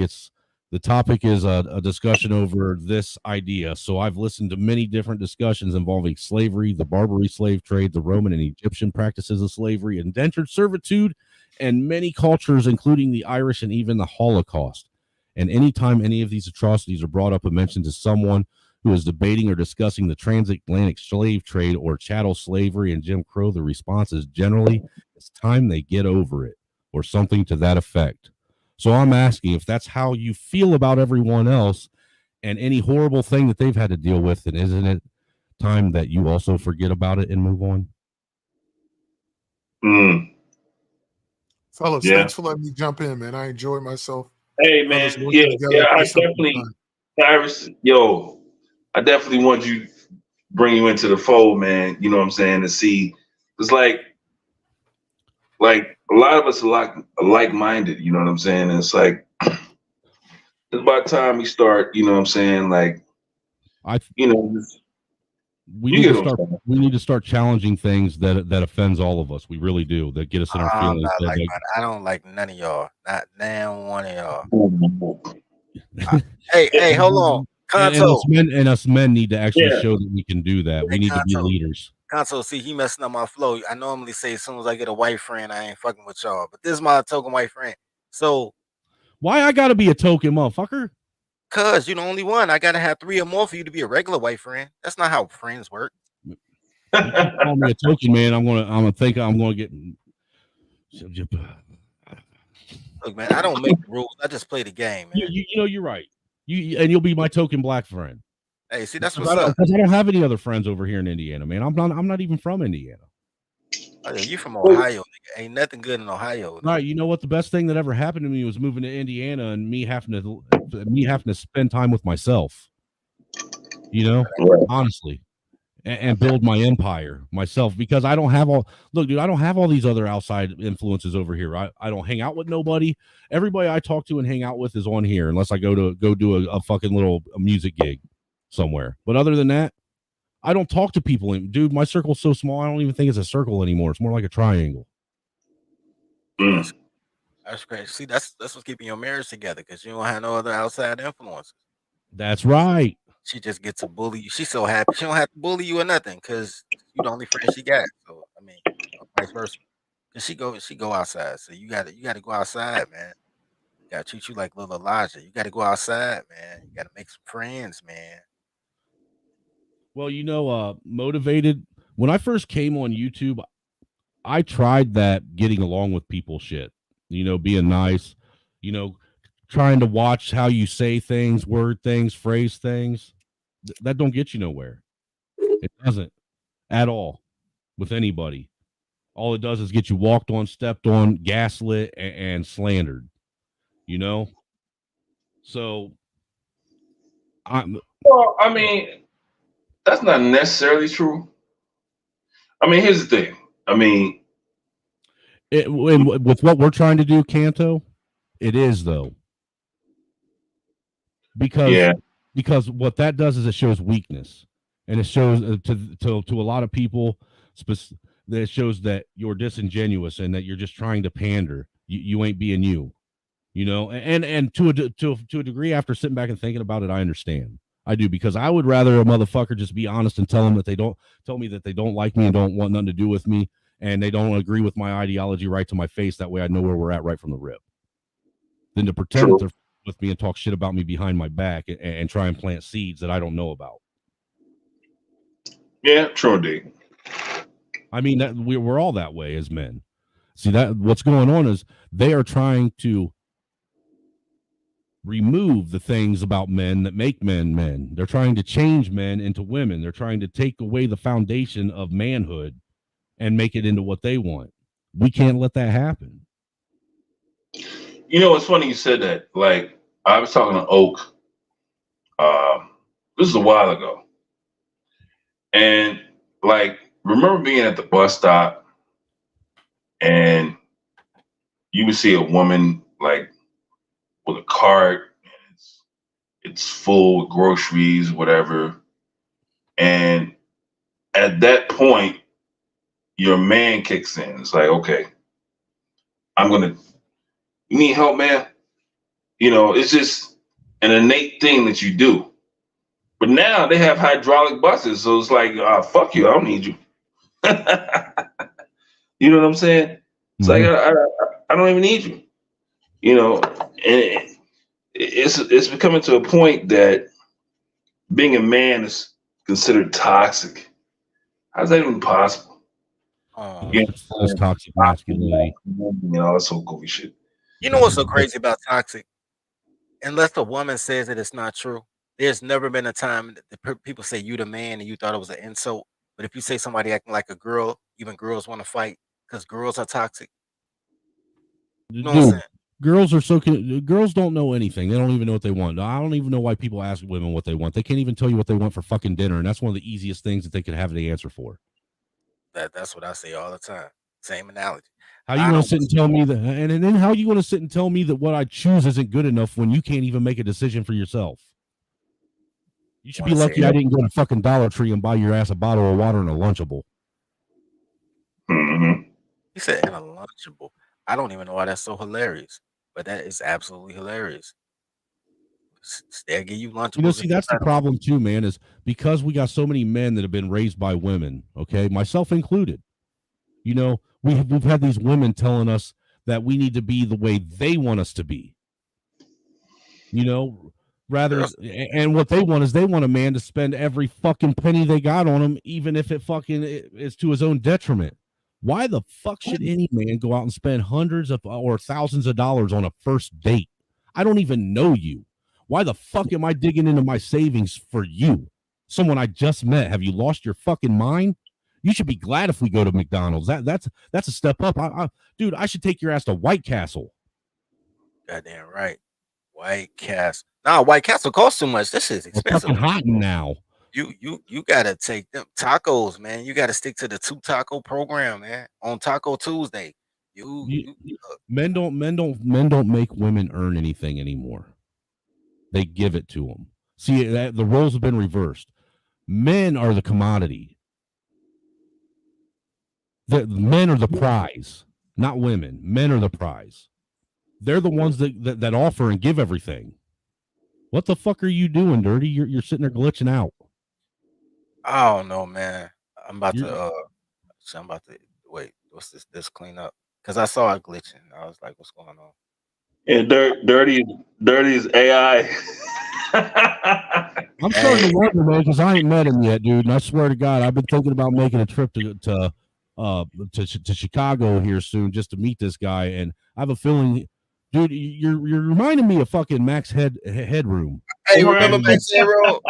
The way you're glitching out, you're reminding me of Max Headroom on fucking MTV, dude. And it's weirding me out. I have nightmares about it tonight.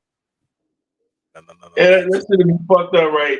You come through and shit, and he's like a fucking hard drive. For real, dude, I'll be mad as shit.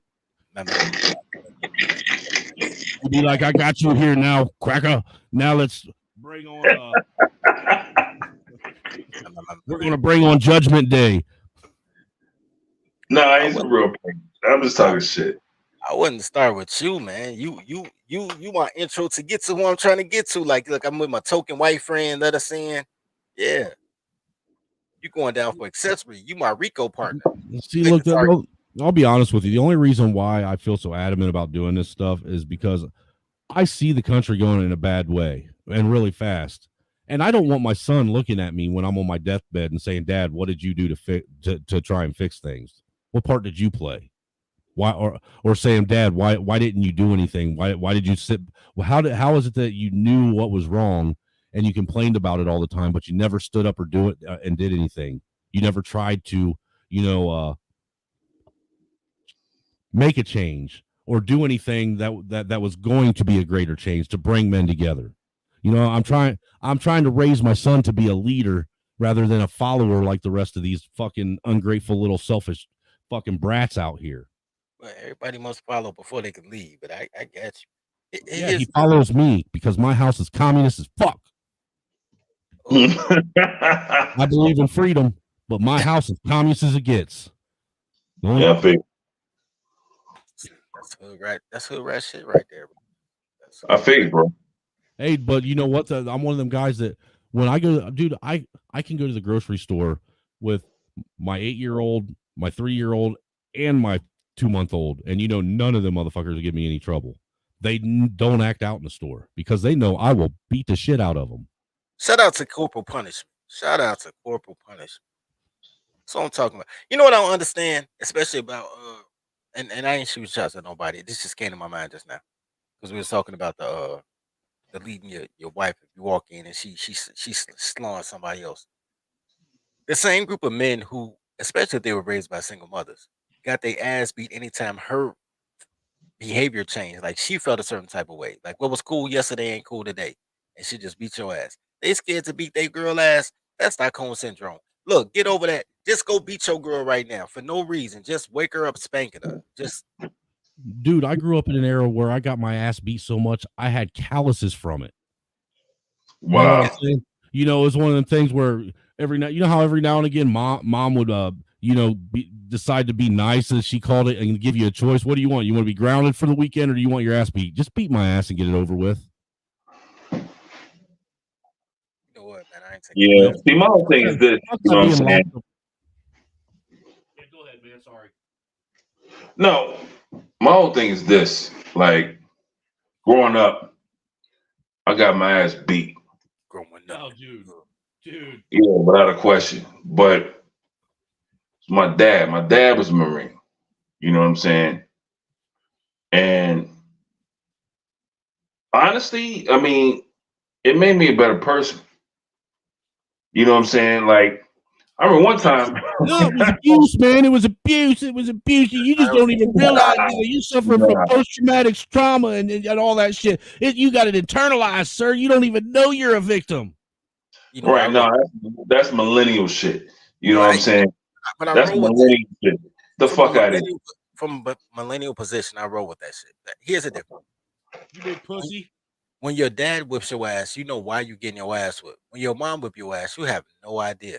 Nah, dude, I knew every time why I was getting my ass beat by my mom. You were a horrible child. You just not. That's a goddamn fact, dude. I earned every one of them ass whoopings fair and square. Yeah, you've been a terrorist since the public school era. See, that's your problem. You needed a hug. She was whipping your ass. You needed a hug. Well, I remember one time, right? Like, my dad hit me and shit, and like I fell on the floor, and then he was like, Oh shit.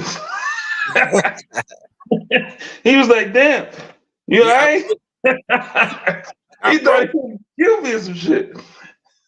Dude, by the time my dad started putting his hands on me like that, I'd already spent probably 7 years of my life getting woke up probably about once or twice a month by two grown ass men in the middle of the night when they come home drunk from the bar and making me fight them on a regular basis because they thought I was a pussy. Was it your brother or what? No, my dad and his buddy, or my stepdad and his best friend, my mom's husband. Nah, well, that's not cool. No, dude. And this motherfucker, you want to talk about ass whoopings? Any of you old cats out there might know about this, and you know who have like older boomer parents or possibly some of the silent generation parents because this is their style ass whooping. My stepdad used to make me pull my drawers down to my ankles, and then I would have to take and stand up and bend over where I was standing all the way in half and grab my ankles. That's what we do to strippers. He gave you a And stripper. and dude, while I'm bent in half, that motherfucker would take a board to my ass, and he didn't like you to cry, so or make a sound. So you had to be completely silent while this motherfucker was sitting there beating the shit out of you. Because if you made a sound, the count started over. Oh, that sound like that mulatto girl I told you about in Waterloo, Iowa, man. That's what she was like. Bend over and she gave me a stick. It was a ruler though, but that ruler was thick as hell. It was like a yardstick ruler. Like, By the time I was 13 years old, you could fucking beat me endlessly and I wouldn't feel a thing. Because you know what? After a while, after a while of dealing with physical trauma from people who are supposed to be your protectors, you learn how to go to a different place mentally while it's happening. That way you don't feel it no more. Now, see, I'm somewhat on the fence on this because it's like, okay, that made you tough as nails, but no, it's it kind of didn't. fucked up. It's kind of fucked up in the same token. You know what I'm saying? It's like, it didn't make me tough. What it taught me not to have any. It taught me what it did is it made me evil. It made me angry. That's what it did. It made me angry and evil and hateful and spiteful. And I took that rage out on a lot of people that didn't deserve it. Right. Yeah. now you're just beating up people. See, you're abusive. You know, that's why there ain't a whole lot people can say to me online that bothers me. And that's what pisses a lot of people off with me. You know, especially people that like to, try and do what they can to, derail any positive conversation that people like us would get up here and have, come up here and throw out. Say, nothing they say bothers me. I don't care anymore. Aside from you saying something about my kids, you threaten my kids. I ain't the motherfucker that'll just threaten to catch a flight. Right. Shit, I'll catch a flight. You'll catch that flight. Absolutely. Because that's the other thing that I've noticed here lately is that there's a lot of people on here. You know how they're back before 2020, there was a lot of those keyboard commandos, that like to talk a bunch of shit about, government this, government that. I've noticed here lately, there's been a lot of keyboard gangbangers on YouTube. For real? A lot of shit on these YouTube streets that I guarantee if you standing face to face with my almost 6 foot tall, 230-pound ass, you wouldn't say a goddamn thing to me like you are, because I'd flatten you. That's yeah. You know what, man?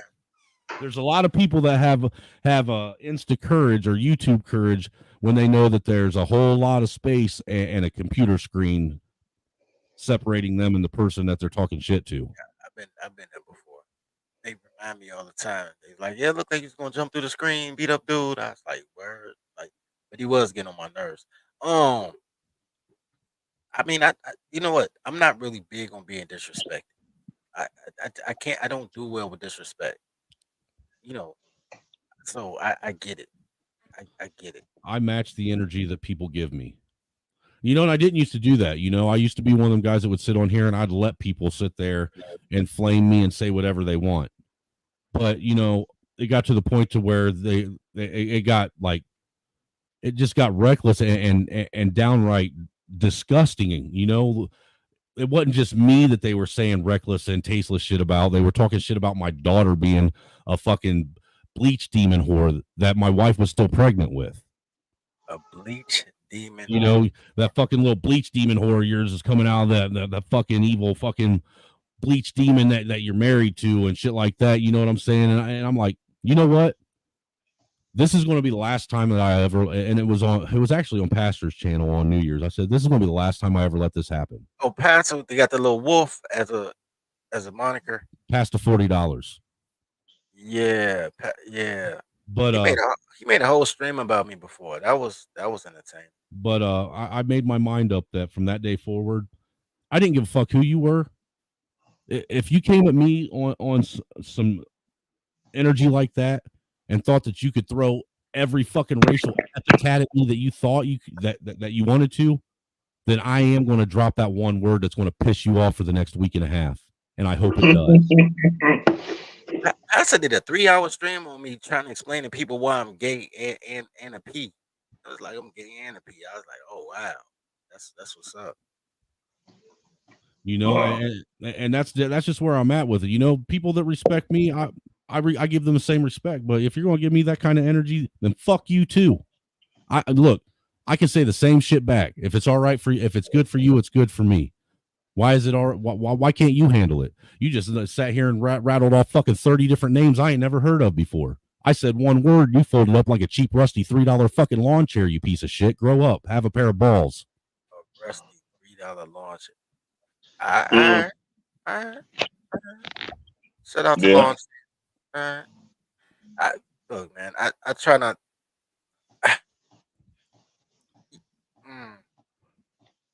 My issue is that every once in a while, I think these cats be serious. And I'm like, yo, I'm not the one to really play with like that, B. But you know, I don't really. Here's the thing, man. Everybody needs content. I appreciate when I'm somebody's content. Just spell my name right. Well, so do I. So do I. My first channel I ever had, I was somebody's content for about 6 weeks, dude. And my numbers grew so much, so fast, pissed people off. They got me shut down.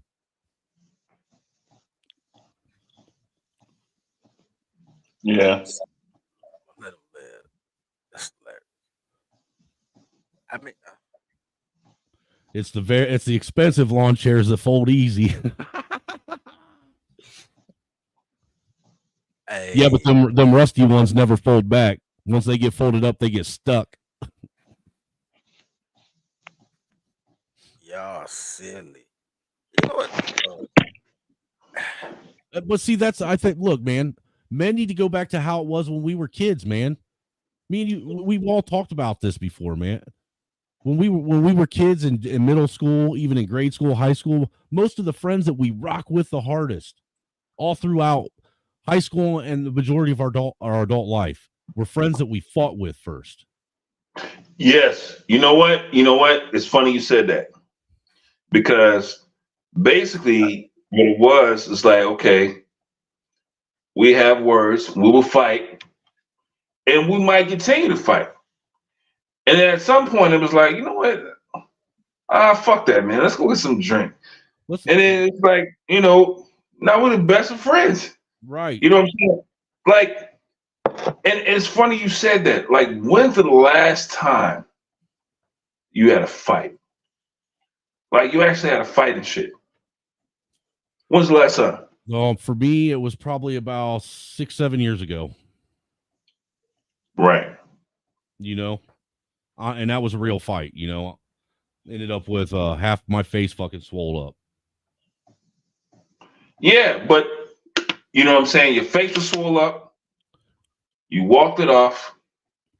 And you know what I'm saying? You got to live another day. Right. You know what I'm saying? It's like, it's not like that no more. And it's another thing. Speaking on that note, it's like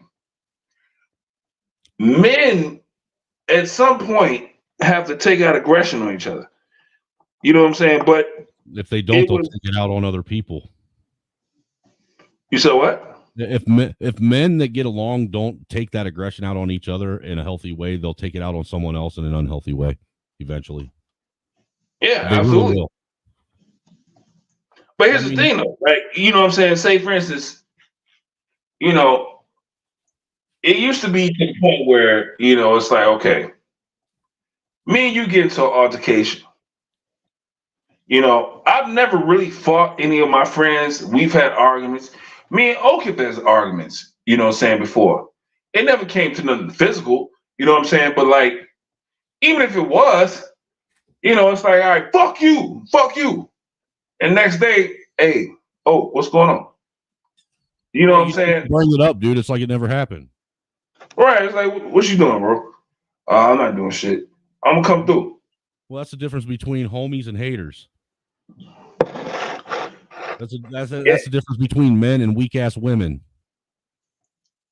Let me ask you a question. How old are you? I'm 44.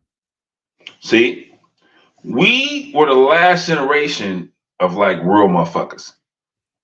That's because we were put out there, dude. We were left to fucking fend for ourselves in the wild. Some of us. Well, think about. I mean, I was the oldest too, so I had to fend for my brothers and sisters. True. I mean, well, I mean, think about this, Cano. We would get arrested, put in prison, and our kids put in fucking state custody if we did half the shit our parents did. Half the shit. 3/4.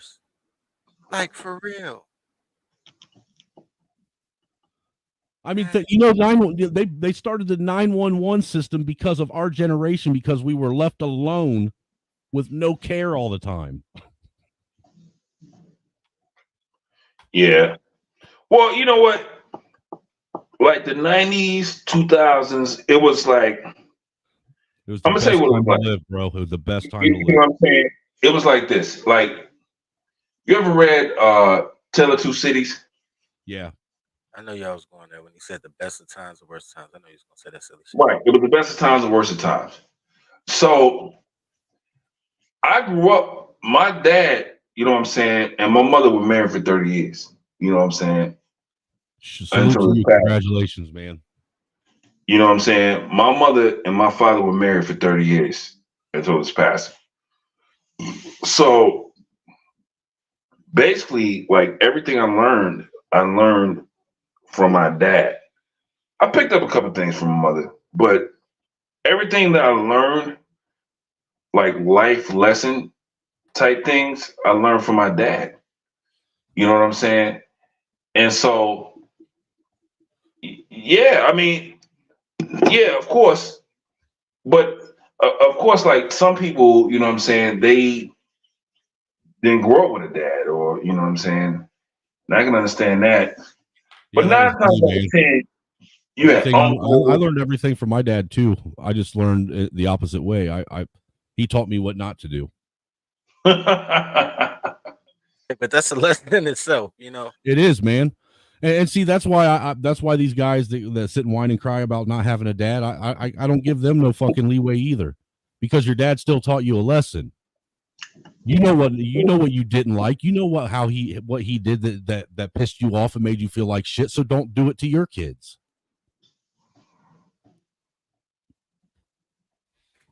Yeah, true indeed. I mean, it's really that simple. Unfortunately, it's just most of these guys spend most of their time being coddled by their mommy, and they don't get weaned off of the titty until they're about 25 years old. And then they go out into the world still wanting to suckle on that thing and find out that the world titty has sour milk, and they can't handle it. Yeah, they spend a lot of time trying to get the hug they never got from their mom. They do.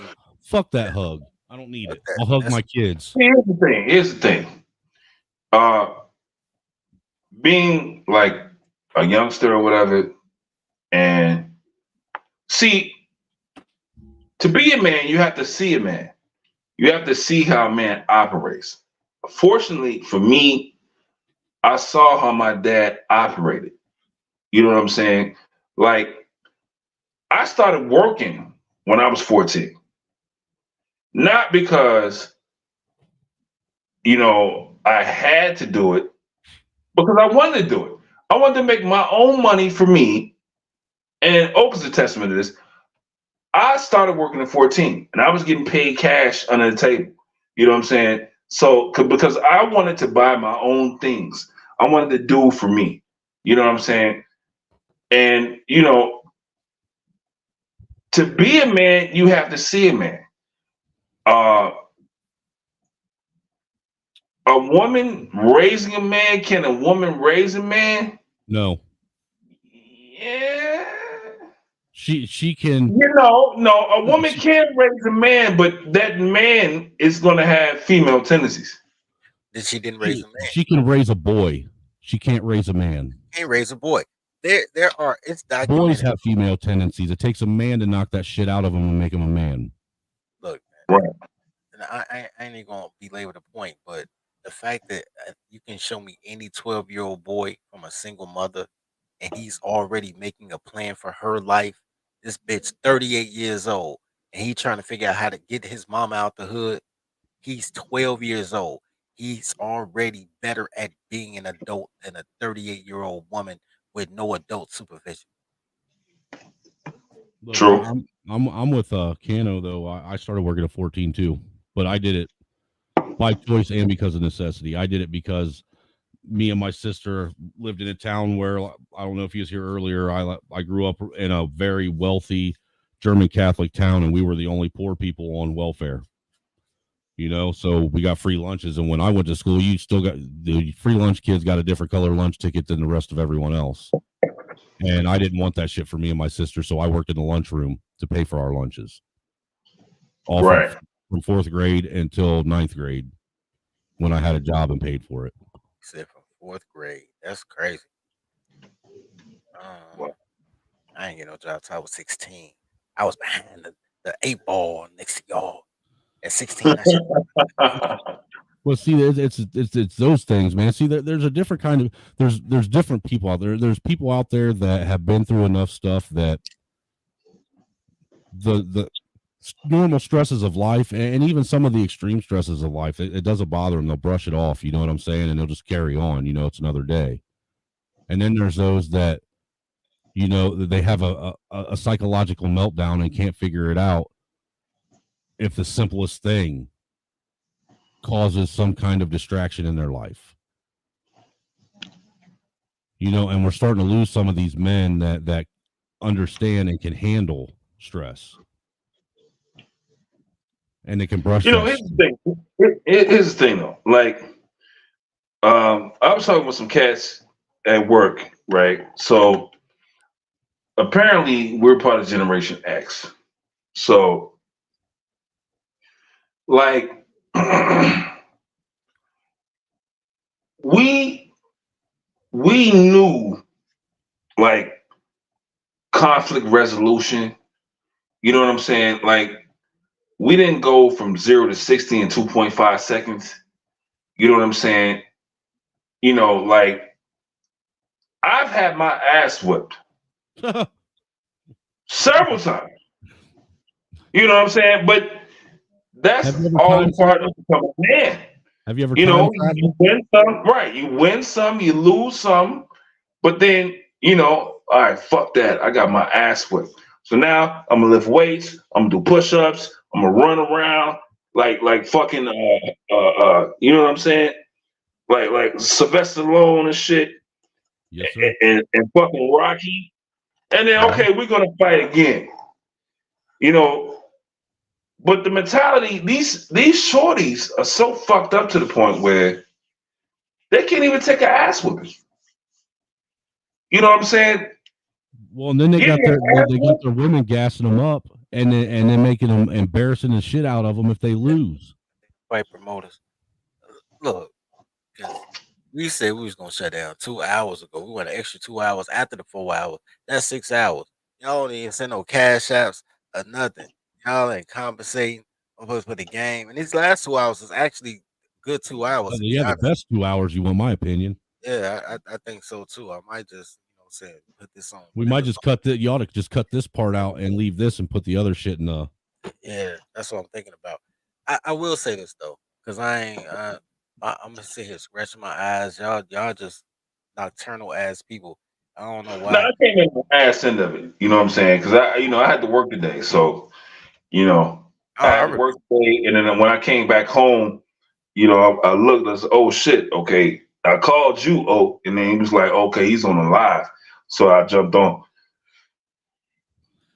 Yeah. Hey, we'll be going live tomorrow at 5:30 Eastern on the Angry Snowman channel. I will say this though. There's a huge difference in what we all. Well, I ain't gonna say all of what traditional man it would be. Shout out to motivational for the $3.33 cash out for the overtime. Gratitude, sir. Um, but I will say this, man. Constitutionally, this is a land of people who saw an opportunity and seized it.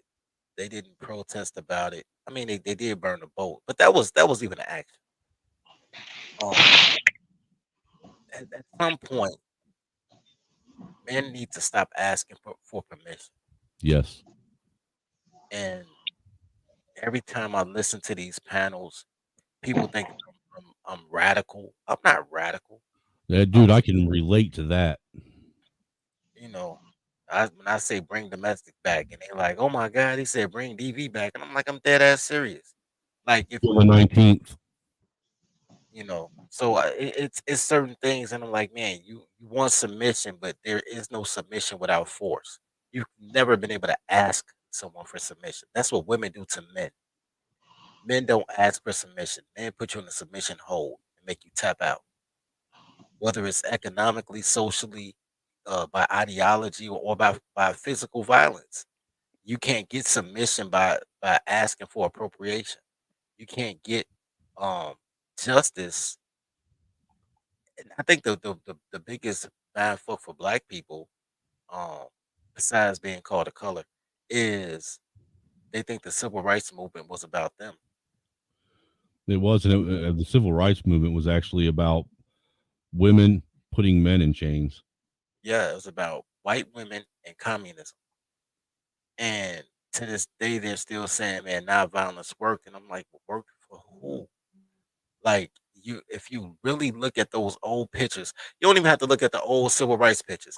Look at the new BLM pictures. Black Lives Matter was supposed to be about black men getting justice, the same way civil rights was about black men being treated as men and getting the same opportunities to feed their family.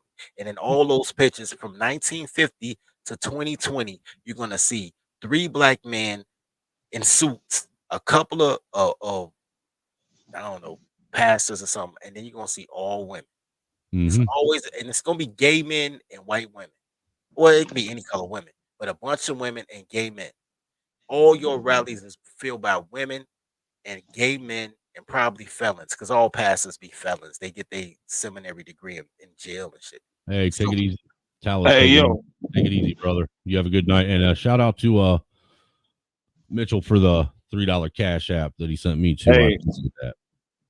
hey, Snowman. What's your cash app joint?